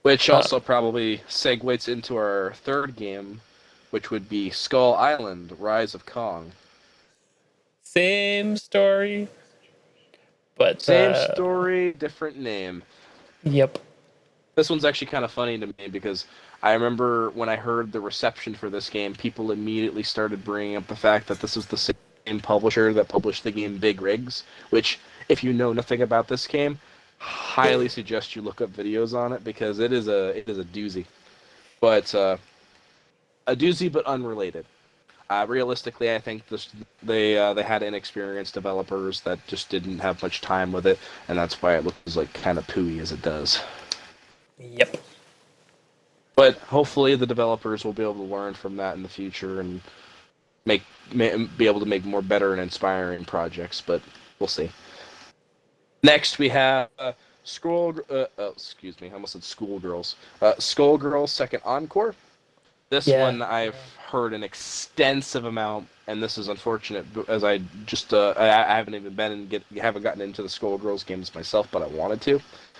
As this one had a lot of issues with a lot of censored content, Kickstarter stuff being Yeah, cut. we're not even talking about like small skirts or things like that. We're talking about one of the characters has like is supposed to be like a Nazi, or has a lot of like there's like swastikas. There's like all sorts of characters that are period accurate to things, and they went as far as to on versions people have already purchased, editing digital art books to remove this content.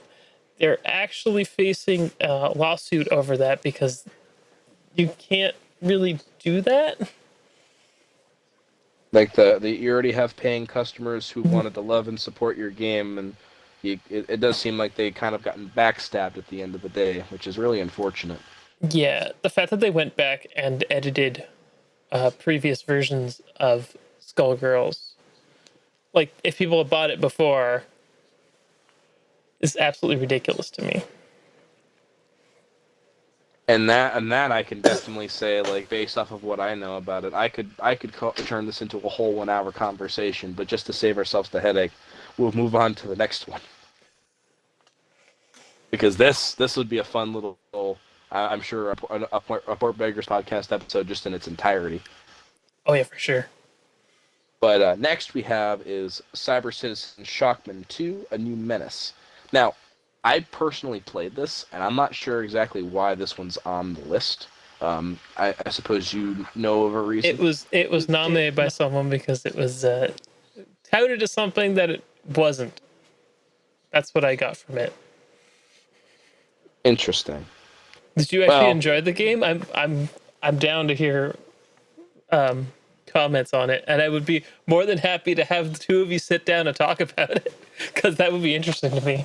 I would be genuinely interested to hear the person's thoughts on it because I played it, and granted, it's one of those things, and the first Shockman game is also the same way. Basically, both of which I believe are published by Redelika Games, and they run through basically their own sort of emulation software. And it's fully playable from the beginning without any cheats or anything, but you can, if you really wanted to, enable like invincibility cheats, money cheats, stuff like that. But I never personally had a real issue with it. Maybe the person, and I don't want to put any words in anybody's mouth. Maybe the person who had an issue with it, they were expecting more of a traditional experience, and that's not what they got with this. It might have been, I believe, I don't remember, but I believe it was something about what they were advertising it as and what the game actually is, or something different. That's a perfectly reasonable explanation, I would say, but I'd have to hear the details. Like I said, I'd be more than willing to facilitate having. I don't want to oust them in case they don't want to do it, but I'm sure they'd want to sit down and talk about it. Oh yeah, no. But I'm to be fair, though, curious. to be fair, I'll spoil this before we announce the winner. It didn't get any votes.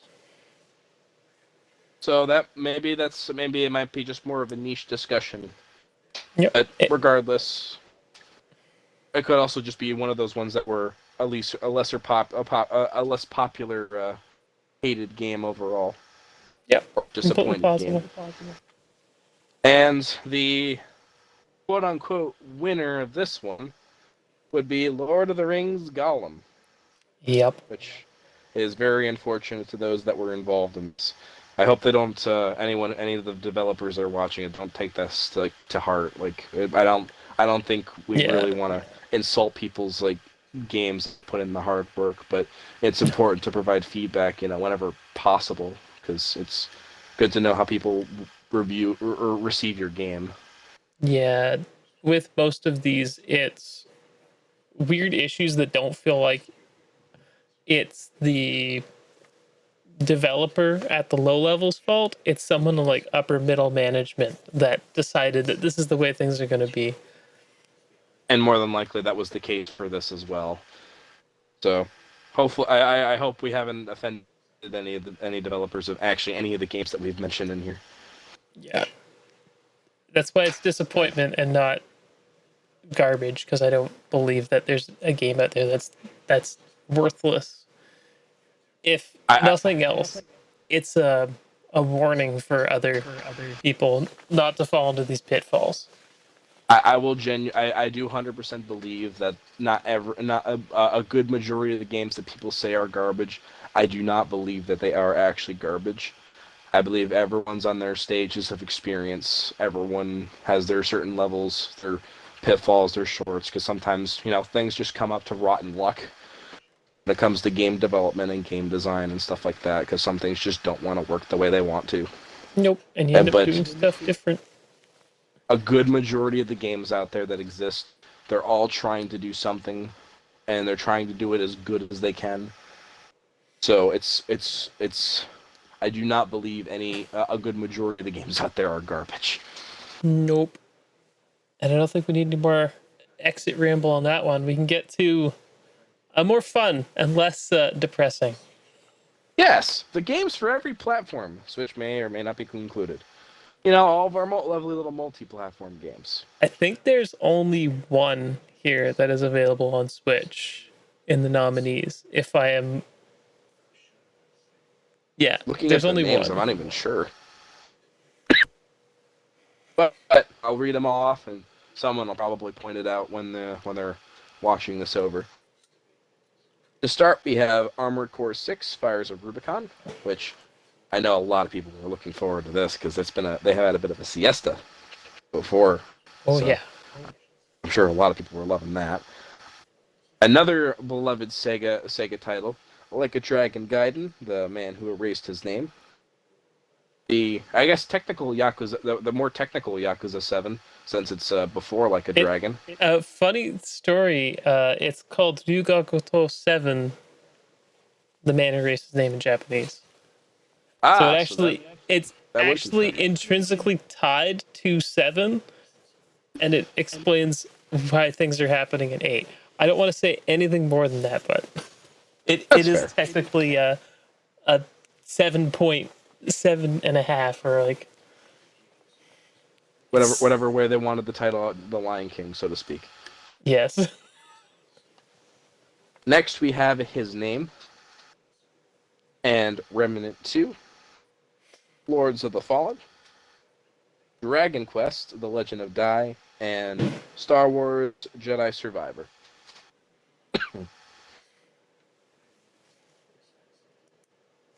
And the winner of this one, feel free to give us a drum roll here too. Like a Dragon Gaiden, The Man Who Erased His Name. Yeah, by a landslide. I said, Sega. If you've played it, I know you haven't, but if you've played it, you know why it's here and you know why it won. Like, you have to have beaten it and you will know why this game won. Against, like, it's crazy to me that against a game like Jedi Survivor, which I thought would put up a bigger fight. Like, I really did, because Jedi Survivor was, it came out not the best performance-wise. It got patched and it was better, but I thought Armored Core and Jedi Survivor would have put up a better fight than it is. It was 58% for Like a Dragon Gaiden, 22% for Armored Core. So Armored Core was second, and then Jedi Survivor, and then like 2% of the votes for Lords of the Fallen, and Remnant 2 got nothing. Along with Dragon Quest. I believe it's Dragon Quest Adventure, The Legend of Dai. I know that it's a kind of a joke because it's Dai Bolkin, a grand adventure. The guy's name's Dai. Ah, okay. I need to get more of the Dragon Quest games because unfortunately I'm not too familiar. It's based off of the manga, not so it's like it has like source material. Oh, I see. Okay. Yeah. I've heard it is good, but if you aren't familiar with the source material, there's a lot of like cutscenes and stuff to help you. But that's also a downside because there's a lot of like story that you need to know because it's a spin-off game of something else. So Well, good thing I like to do research on a lot of games before I play them, yep. which includes watching all their source material. Yeah, did you play any of the games in this list? Just curious. Out of the ones that we've presented, or just in this one? In this category, I should say, sorry. Unfortunately not. I know I wanted to give Armored Core a shot, but I'm still behind on Armored Core. I'm slowly working on assembling the 360 copies. Of course, I need to start the butt. Yes, I've heard the stories. From Software does not mess around. Obviously, I've stated with you before my position on the Yakuza slash Like a Dragon slash sorry if I butcher this. Ryu Toko, I think it was. I think I might have said that. Goto. Ryu Toko. Yeah. Okay, I didn't want to pronounce that. It's the name of the studio. So there was that. I had friends who've played Remnant 2. I can't say anything about his name. Lords of the Fallen, I've heard a fair share. His name? The man who erased his name? That's all. Like oh my that's the whole title. I was like, I thought you were making a bit the first time. I'm like, oh, it's his name. Yeah. The man who erased, yes, of course. And then also his name. That's what happens. His name, yeah. That's what happens when you don't read before you speak. It's okay. I thought you were doing a bit, and I'm like, oh, okay. Oh, I was just about to search it up too. Yeah. I was just about to search up his name, and well, there's the one oopsie that we'll have probably in the. It's okay. I think it was a funny bit. It'll work out. I'm sure people will think I'm making a bit until they realize I'm stupid. it's a great game. It's also much shorter than the other ones. But if you are going to go in chronological order, you have to play that one before you play 8. But after you play 7, which is Like a Dragon. Oh, that is a good point. So I'd have to go 0 through 6, then this, then Like a Dragon, then I gotta figure out where to put Judgment. Judgment kind of takes place after 6. Sort of during 7, and sort of comes up in Like a Dragon, the man who erased his name. I'm starting to remember the complexities of the intricacies of the timelines of Metal Gear Solid. There's also Ishin, which you could technically play first, because it timeline-wise would take place first, but it's also just a spin-off game. I'll just put that one wherever, I think, or probably do that after I run through. I want to say probably the Like a Dragon. Honestly, I found Ishin to be like fun enough, but I kind of got slogged up with it at one point, and I'm like, nah, I think I'm good for now. It's sitting on my back burner. I think I'm gonna enjoy it when I get to it. That's the main. It is an interesting time period, and the story's pretty good. But I'm that kind of guy that when a side quest comes up and it's like, get all this money, I kind of just want to get all the money fast and then finish doing that bit and then be done. That makes sense, though. And of course, I know I haven't heard many people talk about Remnant 2 other than when it got on Game Pass, but I did have a friend that played it, and he enjoyed it enough. He did have some frustrations with it, though. I mean, I played a bit of it, but I wouldn't say I'd have any sort of real comment on it. It's a game that does its job, and I don't think there's anything. I don't think that's a bad thing in the end of it. At the end of the day, I played a bit of Remnant 1. I think when it hit Game Pass before, and Remnant 2 is like years in the future, but the same place. And it's got a lot of weird pseudoscience in it. But I don't think it's bad. I don't think there's anything bad about it. It's just, it's one of those like looter shootery kind of almost live servicey feeling games that I'm just not that into. Maybe I'll have to see it for myself when I eventually do play it. You probably won't play the first one first. Oh, probably.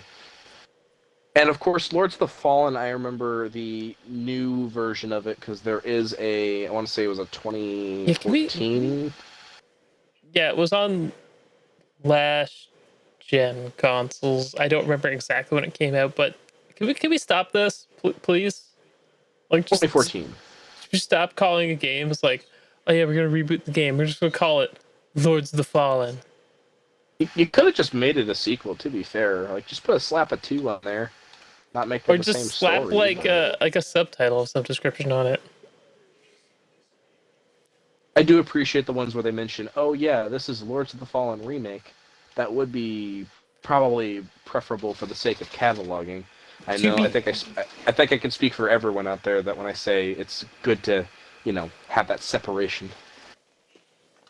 It is like, it's kind of annoying.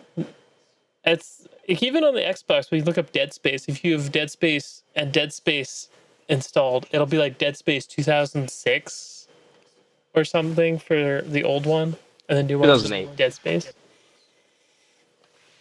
Again, it's like, I know that because I'm a nerd. so silly. And then, of course, I know we talked about Dragon Quest: The Legend of Dai, and Jedi Survivor. I remember that one. I think we did talk briefly about it, but that one I know I had a really messy launch.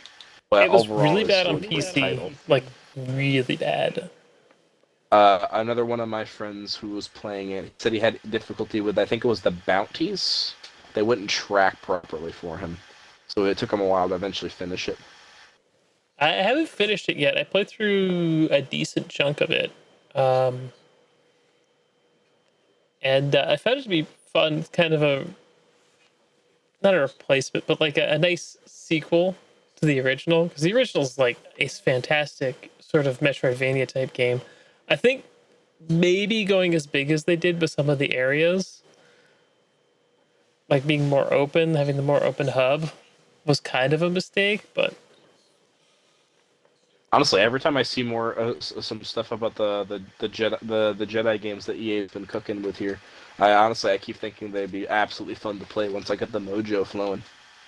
I went back and before this one came out. I went back and played through Fallen Order again, and that game is still good. It still has weirdly long loading times, even on the Series X.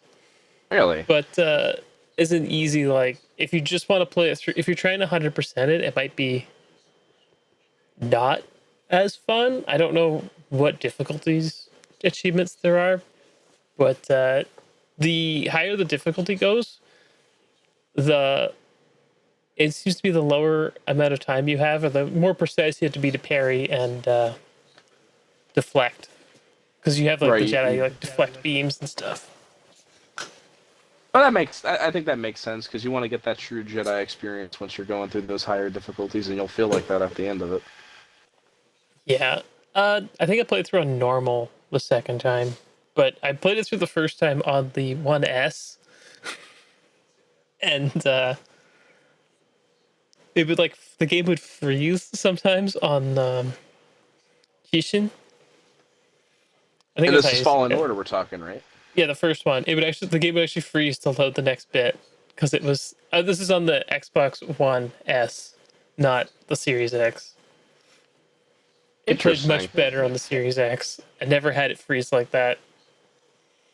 Though I did have one of the bosses when there's like a bounty hunter boss fight, and there's like two of them.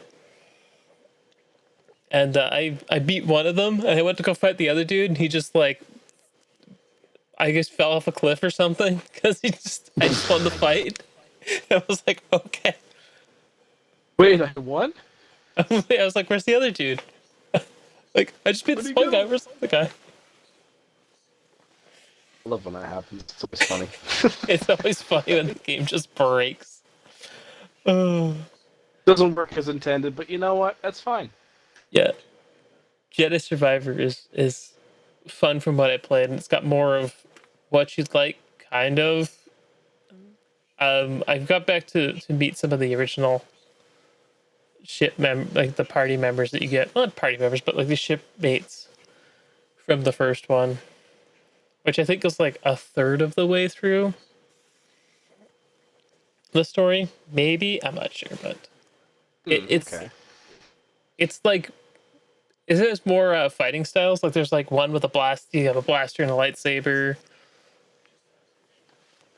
Kind of more freeformy combat, better in a lot of ways. Visually, it's like a mixed bag, better or worse, depending on the version. But I haven't gone back since they did the big patch to make performance mode better, because it was like night and day difference between the two of them. Like performance mode was kind of blurry and mooky, and the 30 FPS mode was absolutely gorgeous. So Okay. Yeah, I haven't had too much experience with doing performance modes because I've been playing a lot of older titles myself. well, there's a bunch of them that just have better performance. I've worked on. I think that's But I it believe, for yeah, I us. believe that that covers everything that we wanted to get discussed. Yep. Congratulations And again to Like a Dragon Gaiden, the man who erased his name. and consolations for his name. His name. His name. Do you know what his name is? Maybe. Kiryu Kazuya. It's a Kiryu game. Jorio. Or not, wait, I Kiryu. pronounced that wrong. Oh no. It's okay. Jorio? No, Jori is what they call him in the game, actually. I'm surprised you know that. I remember that because I would always read the description of it. I always look Jori. at everything Yakuza based because I'm just thinking, I could be playing this now. But I didn't because I'm being stupid. If you start now, you might be finished by the next decade. You probably do it in a If I'm couple of lucky. years, maybe. Yeah. Depends how If I'm dedicated lucky. you are. Theoretically, I think if I spent, I might be lucky enough to, if I spend the whole year, I can catch up. And then I'll be ready to play Infinite Wealth by next January. Yep. To be sounds playing it the a year after it came out. Well, they announced the next game. I have a feeling the next one's gonna be a Judgment game. I know a lot Or of people have been actually hoping for that, but I hear that the guy who plays as the protagonist in Judgment is actually a really famous Japanese actor. well, Judgment's been we could actually just again, this is like we could talk forever about this, but Judgment had some controversy about it when it originally launched, and actually got pulled from the market for a couple of years because of that said controversy. I actually haven't heard of this. Yeah, it involves one of the actors doing cocaine, which is a big no-no in Japan. Oh no. I know we like laugh about it here. It's like, oh, it's whatever. Noise candy. That's what these guys live for. But, Sounds like an average Tuesday. Yeah, but in Japan, it's a big deal. Yeah, because I remember they're a lot more stricter when it comes to any sort of illegal substances of that nature. Mm-hmm. Guy basically ruined his career. You forget about that sometimes with that culture shock. Yeah, it's always interesting, and that's why I kind of get annoyed when people act like there's no differences between the two countries. Because there's tons of differences. Everyone's got their own little, even between Canada and the US, there's a lot of little, like, quirky differences you don't think of. Until you're Despite there. being a neighboring country, sometimes like it's a world of difference. It's a different world, really. Yep, that's how it works. Anyway, since we're gonna be finishing up, wrapping up here. Anything else you want to say to the people before we go? The only thing I really have to say at the end of the day is, even if the game that you wanted to win didn't win, they're all still winners in their own way. Even honestly, the bad ones, They all have something that we can all learn from them at the end of the day, whether they're the absolute best thing since sliced bread or basically like eating a brick. They're all wonderful. They're all wonderful and magical in their own way, even if you don't think otherwise. And there's always at least something to learn at the end of the day, if not enjoy. Hopefully that doesn't sound too rambly, because I notice I have a habit of that. It's okay. Stuff happens. I mean, the show's already long enough as is. I know. What's I was. a few It's more basically minutes been. It's basically just been a Sega fan club for most of it. for this section? I think. Yeah, I mean, I grew up on the Genesis, so the only Sega console I never got to touch was the Saturn, because it was basically discontinued here in Canada before we ever had the money to pick it up. Ironically, I was more Nintendo and PlayStation for the longest time until I saw the glory that was Halo 3. Hello. But that's how it goes. You get from one place to the next place. Your gaming tastes adapt over time. That they definitely do. But there's plenty of stuff out there too. All only waiting for you to enjoy it. You just gotta know where to look. Yep.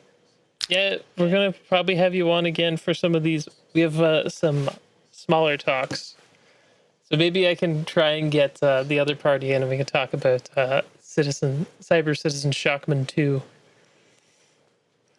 I would love to be back on, honestly. Well, that was only like an hour and a bit, so Yeah.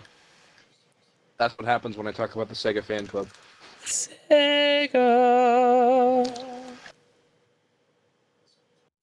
And we're back at the end of the show.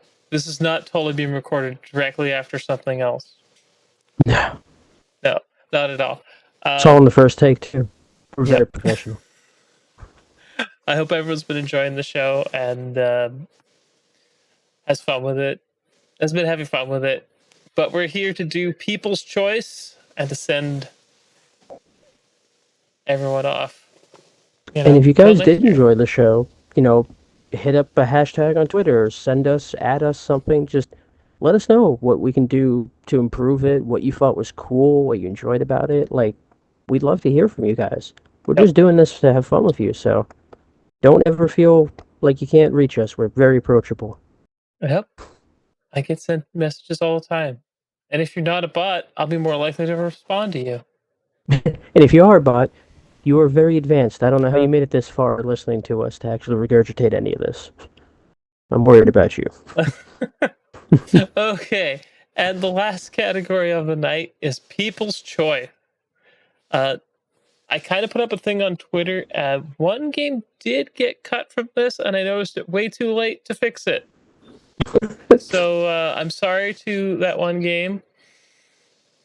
Rest in peace. It's okay. It's okay. I don't think it would have won based on how this game looks. No, this was a sweep. I do not think that it would have beat this, but here we go. The nominations for People's Choice 2023. Number 1, Hi-Fi Rush. Number 2, Sea of Stars.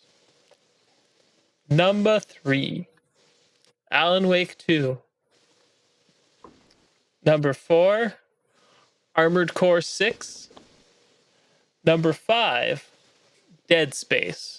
The remake, of course. And number 6, Cassette Beast. Which is a Pal World clone, for those not familiar. Stop that. And the winner of People's Choice is Hi-Fi Rush. Congratulations to Hi-Fi Rush. The only game that got nominated twice, that won twice. Yeah, we tried really hard to keep the double nominations to a minimum. There's only a couple, and Hi-Fi Rush is the one that snuck through the cracks. It tricked me. To be fair, this is the category where it was less about us having any control over it. We didn't want a big sweep because we wanted to celebrate gaming as a whole. And this category was less about what we wanted and more what the community wanted. And the community was very very telling when they said we want Hi-Fi Rush. Yep. And it was a landslide. Oh yeah. 61% of the votes. And there were multiple in this category, so it's not like, it was Um, close out in other spots. Well, the next biggest game was Sea of Stars, which already won its own category. Yeah, fantastic game. So it was really cool.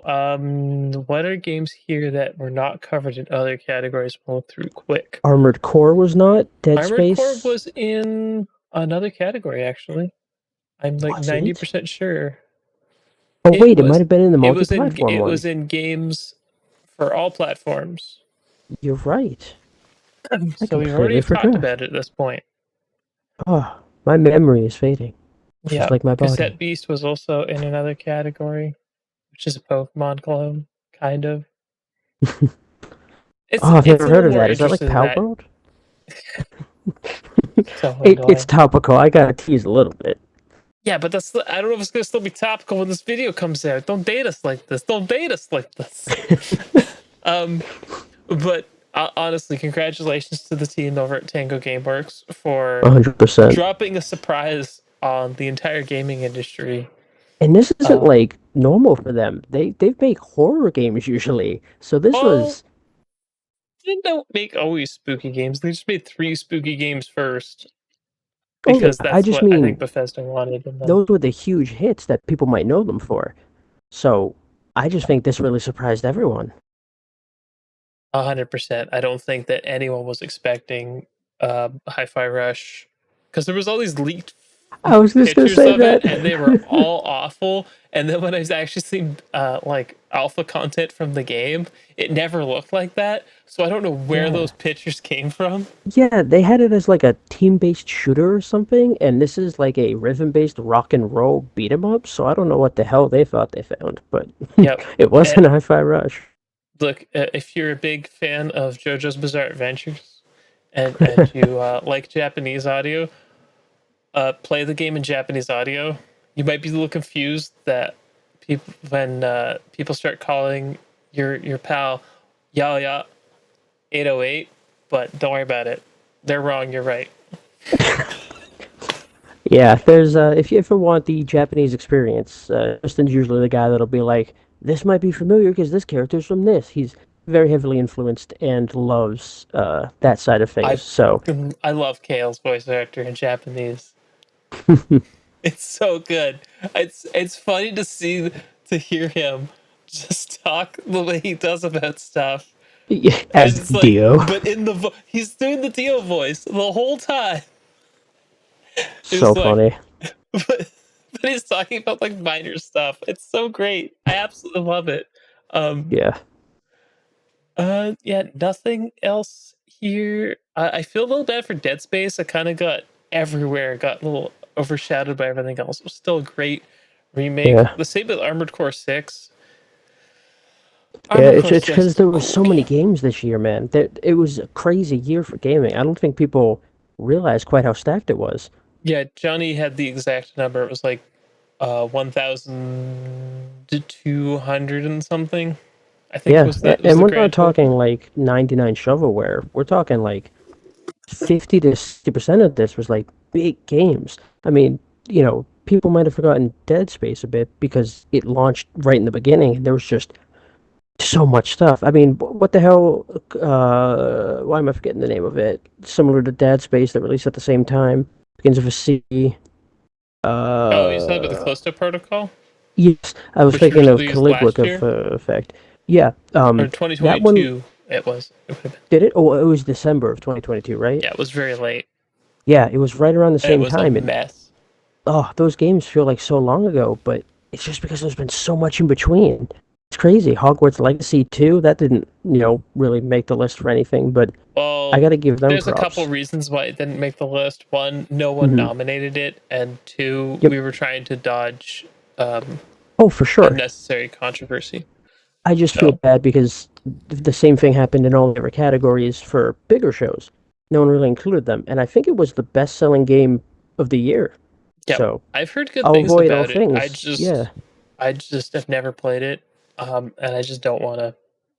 for sure. I'll just say props to the devs. Regardless of how anyone feels about the game, they clearly worked hard, and I hope, they're proud of the work that they did. They're all Yep. good people. And will we get to send people off? Congratulations to all our winners. We can actually go through all of them quick if you want, or Yeah, I mean, that sounds fine. We'll go at the normal speed that the Game Awards do, so that way we'll be over in 30 seconds and then plenty of time for ads. okay. So if you just care about, don't want to hear any rambling from anyone else, and you Here's the just went right to the end TLDR. of the video so you could hear all the winners, here we go. We're gonna go in order as they are on the form, which I don't think is an order that they're presented in the show, but that's fine. We've got Two Steps from Excellence, and Forza Motorsport won that one. 2D is All You Need, and the winner of that was Grim Guardian's Demon Purge. Xbox Has Games, Hi-Fi Rush, just killing it there. Love to see Nothing it. but Disappointment. The winner was a Lord of the Ring Golem. It's not rings, it's ring. That's how it's written. I went and checked. There's only one ring, don't worry. There's The only others aren't one. important. It came from the podcast, was Stray Gods. Never Saw It Coming was Ghost Trick. So many good games in that category. Hope we Yeah, have there even more is. this year. Little Noah was a very close, well, tied for second actually with Quake 2. Interesting. Yeah, Inscription, was a great game too. I hope that gets more love one day. Yeah, well, it's in my backlog. I have it downloaded, but I haven't started it yet. I Oh, gotta I think devote you'll like love an it. entire day to it. I have time. Yeah, Big ideas from small teams was Solvars. fantastic game. So glad they're getting love. Yep. Best deal in gaming. That was our Game Pass category, and that was Lies of P. I forgot it looked like Landslide. Pac-Man. It does look like Pac. The graph does look like Pac-Man because it's yellow. Ow. He's eating everything else. Yeah, that's how much Liza P got. Very big game. A very, very popular game, even if I don't like it that much, but that's fine. What a novel idea. Coffee Talk took the lead there. Oh, episode 2. Just in Episode case. 2, Hibiscus and something else. I don't remember exactly what it's called. I don't have it written here. Yes, you're right. I'm sorry. Blast from the Best. past. Alien another close hominid one. invasion. Hominid? I believe it's hominoid. Oh no, you're right. There's no. Maybe it is hominid. Oh, it's just hominid. Whatever. If it's one or the other, it doesn't matter. Invasion with 38% of the votes. Short and sweet. Ravenlock. That's a cute game. There. Ravenlock was a very cute game. Gaming crack. Diablo 4. Yeah, I've definitely put my crack into that. Yep. Games for every platform. Asterisk. Switch may not be included. I don't think Switch has a version of any of these games except for Dragon Quest. Yes. And the winner of this category was Like a Dragon Gaiden, the man who erased his name. Love to see it. Love to see it, 100%. Sports Ball! Balls may not be included. Winner was Roller Dome. Really surprise hit that came out of nowhere. It did. It was pretty close otherwise, actually. Yeah. 6%. Blood Bowl 3 was third. Super Bomberman R2 was second. So it's cool. And wildcard football, it got a little love. A little bit of love. A little bit of love. It got 5% of the votes. It's okay. Yeah. JRPG of 2023, that was Sea of Stars. Like Kruger and I were saying earlier, it was kind of a starved year for a lot of new and fantastical JRPGs, but Sea of Stars was definitely worthy of praise. Oh yeah, luckily 2024 won't have that problem from the looks of it so far. Next category was Haven't I Played This Before? And the winner was Resident Evil 4 Remake, followed very closely by Dead Space. Dead Space was close.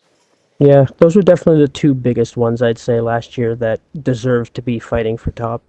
Yep. And then the next category, Big Brain. The winner of Big Brain was Persona 5 Tactica. That's our tactics and strategy category. Too Spooky for Me was, of course, Fatal Frame Mask of the Lunar Eclipse. Much love. Port Baker's Most Wanted was Final Fantasy, because Final Fantasy really needed the love and needs to get the last few games over and here. although it doesn't sound like a specific game, we basically mean the recent ones that have kind of skipped us. The Pixel Remasters 7 Remastered 14, which is coming, and 16, which is the only ones we're missing. Yeah, by the time this launches, the beta might even be going for 2014. It's Hope possible. to see you guys on there. I don't know. Test Your Might. Blaze Blue Cross Tag Battle Special Edition. Can't forget that. And of course, People's Choice with Hi-Fi Rush, the two category winning Xbox exclusive. Were they the only category? I mean, the only game that won more than one category? It was the only game that won more than one category, but it was not the only game that was nominated for more than one category. So yeah, well, props to Hi-Fi Rush for really working it out there. Tango Gameworks was just killing it 2023. Yeah. And I can't wait to see what they make next. There's been a lot of rumors going on what they're working on next. I don't know for sure. Yeah, the RPG talk, right? Sorry? Something like I said, it was RPG related or something from the rumors. I've heard that, but I'm not gonna. Everyone thought they were working on the third Psycho Break or Evil Within game, and then Hi-Fi Rush came out. So I'm not gonna assume anything, and I'll play whatever they come out with next. So yeah, they're definitely a studio. I think that's earned that of just what's next. I'll try it. I like what you guys do. Right. Yeah. And 2024 looks like it's already stacked for so many things, and we're gonna have a fun time next year. Alone has been crazy. I don't have time to play my new games because I'm too busy waiting for the new games that come out a day after the new games. I have to play these games, but these games and these games and these games, they're just buried to your eyeballs in bloody games. Exactly, but it's a good problem to have. I probably actually have enough games to stack them all the way to the roof at this point. Just build a house out of them. I'll just build a house out of games. But that's it for 2023 and your Xbox Port Beggar Awards. Here's looking for a sweet 2024. Yep. If you want to be involved next year, be it with voting, presenting, organization, being a mouthpiece, get in contact with me. My Twitter handle will be somewhere. Yeah, feel free to send us messages. Or X. I think I'm the same on Blue Sky, but like Blue Sky is just no one talks to me. If you send me messages on Blue Sky, I will eventually read them. Yeah, and feel free to message me too. We're trying to keep as many people involved in this as possible because, again, we're just trying to have fun with this and build up the love for the platform and the community. So, yeah, if someone wants to edit it next year, I would very much appreciate that. Just immediately like, I gotta pawn this off on someone. I didn't say I'll pawn it off. I very much appreciate it if someone's better talented to do it. Because I feel like I'm gonna get. That's the thing. We don't have an ego about it. We're just happy to let the people who are good at doing it, help out.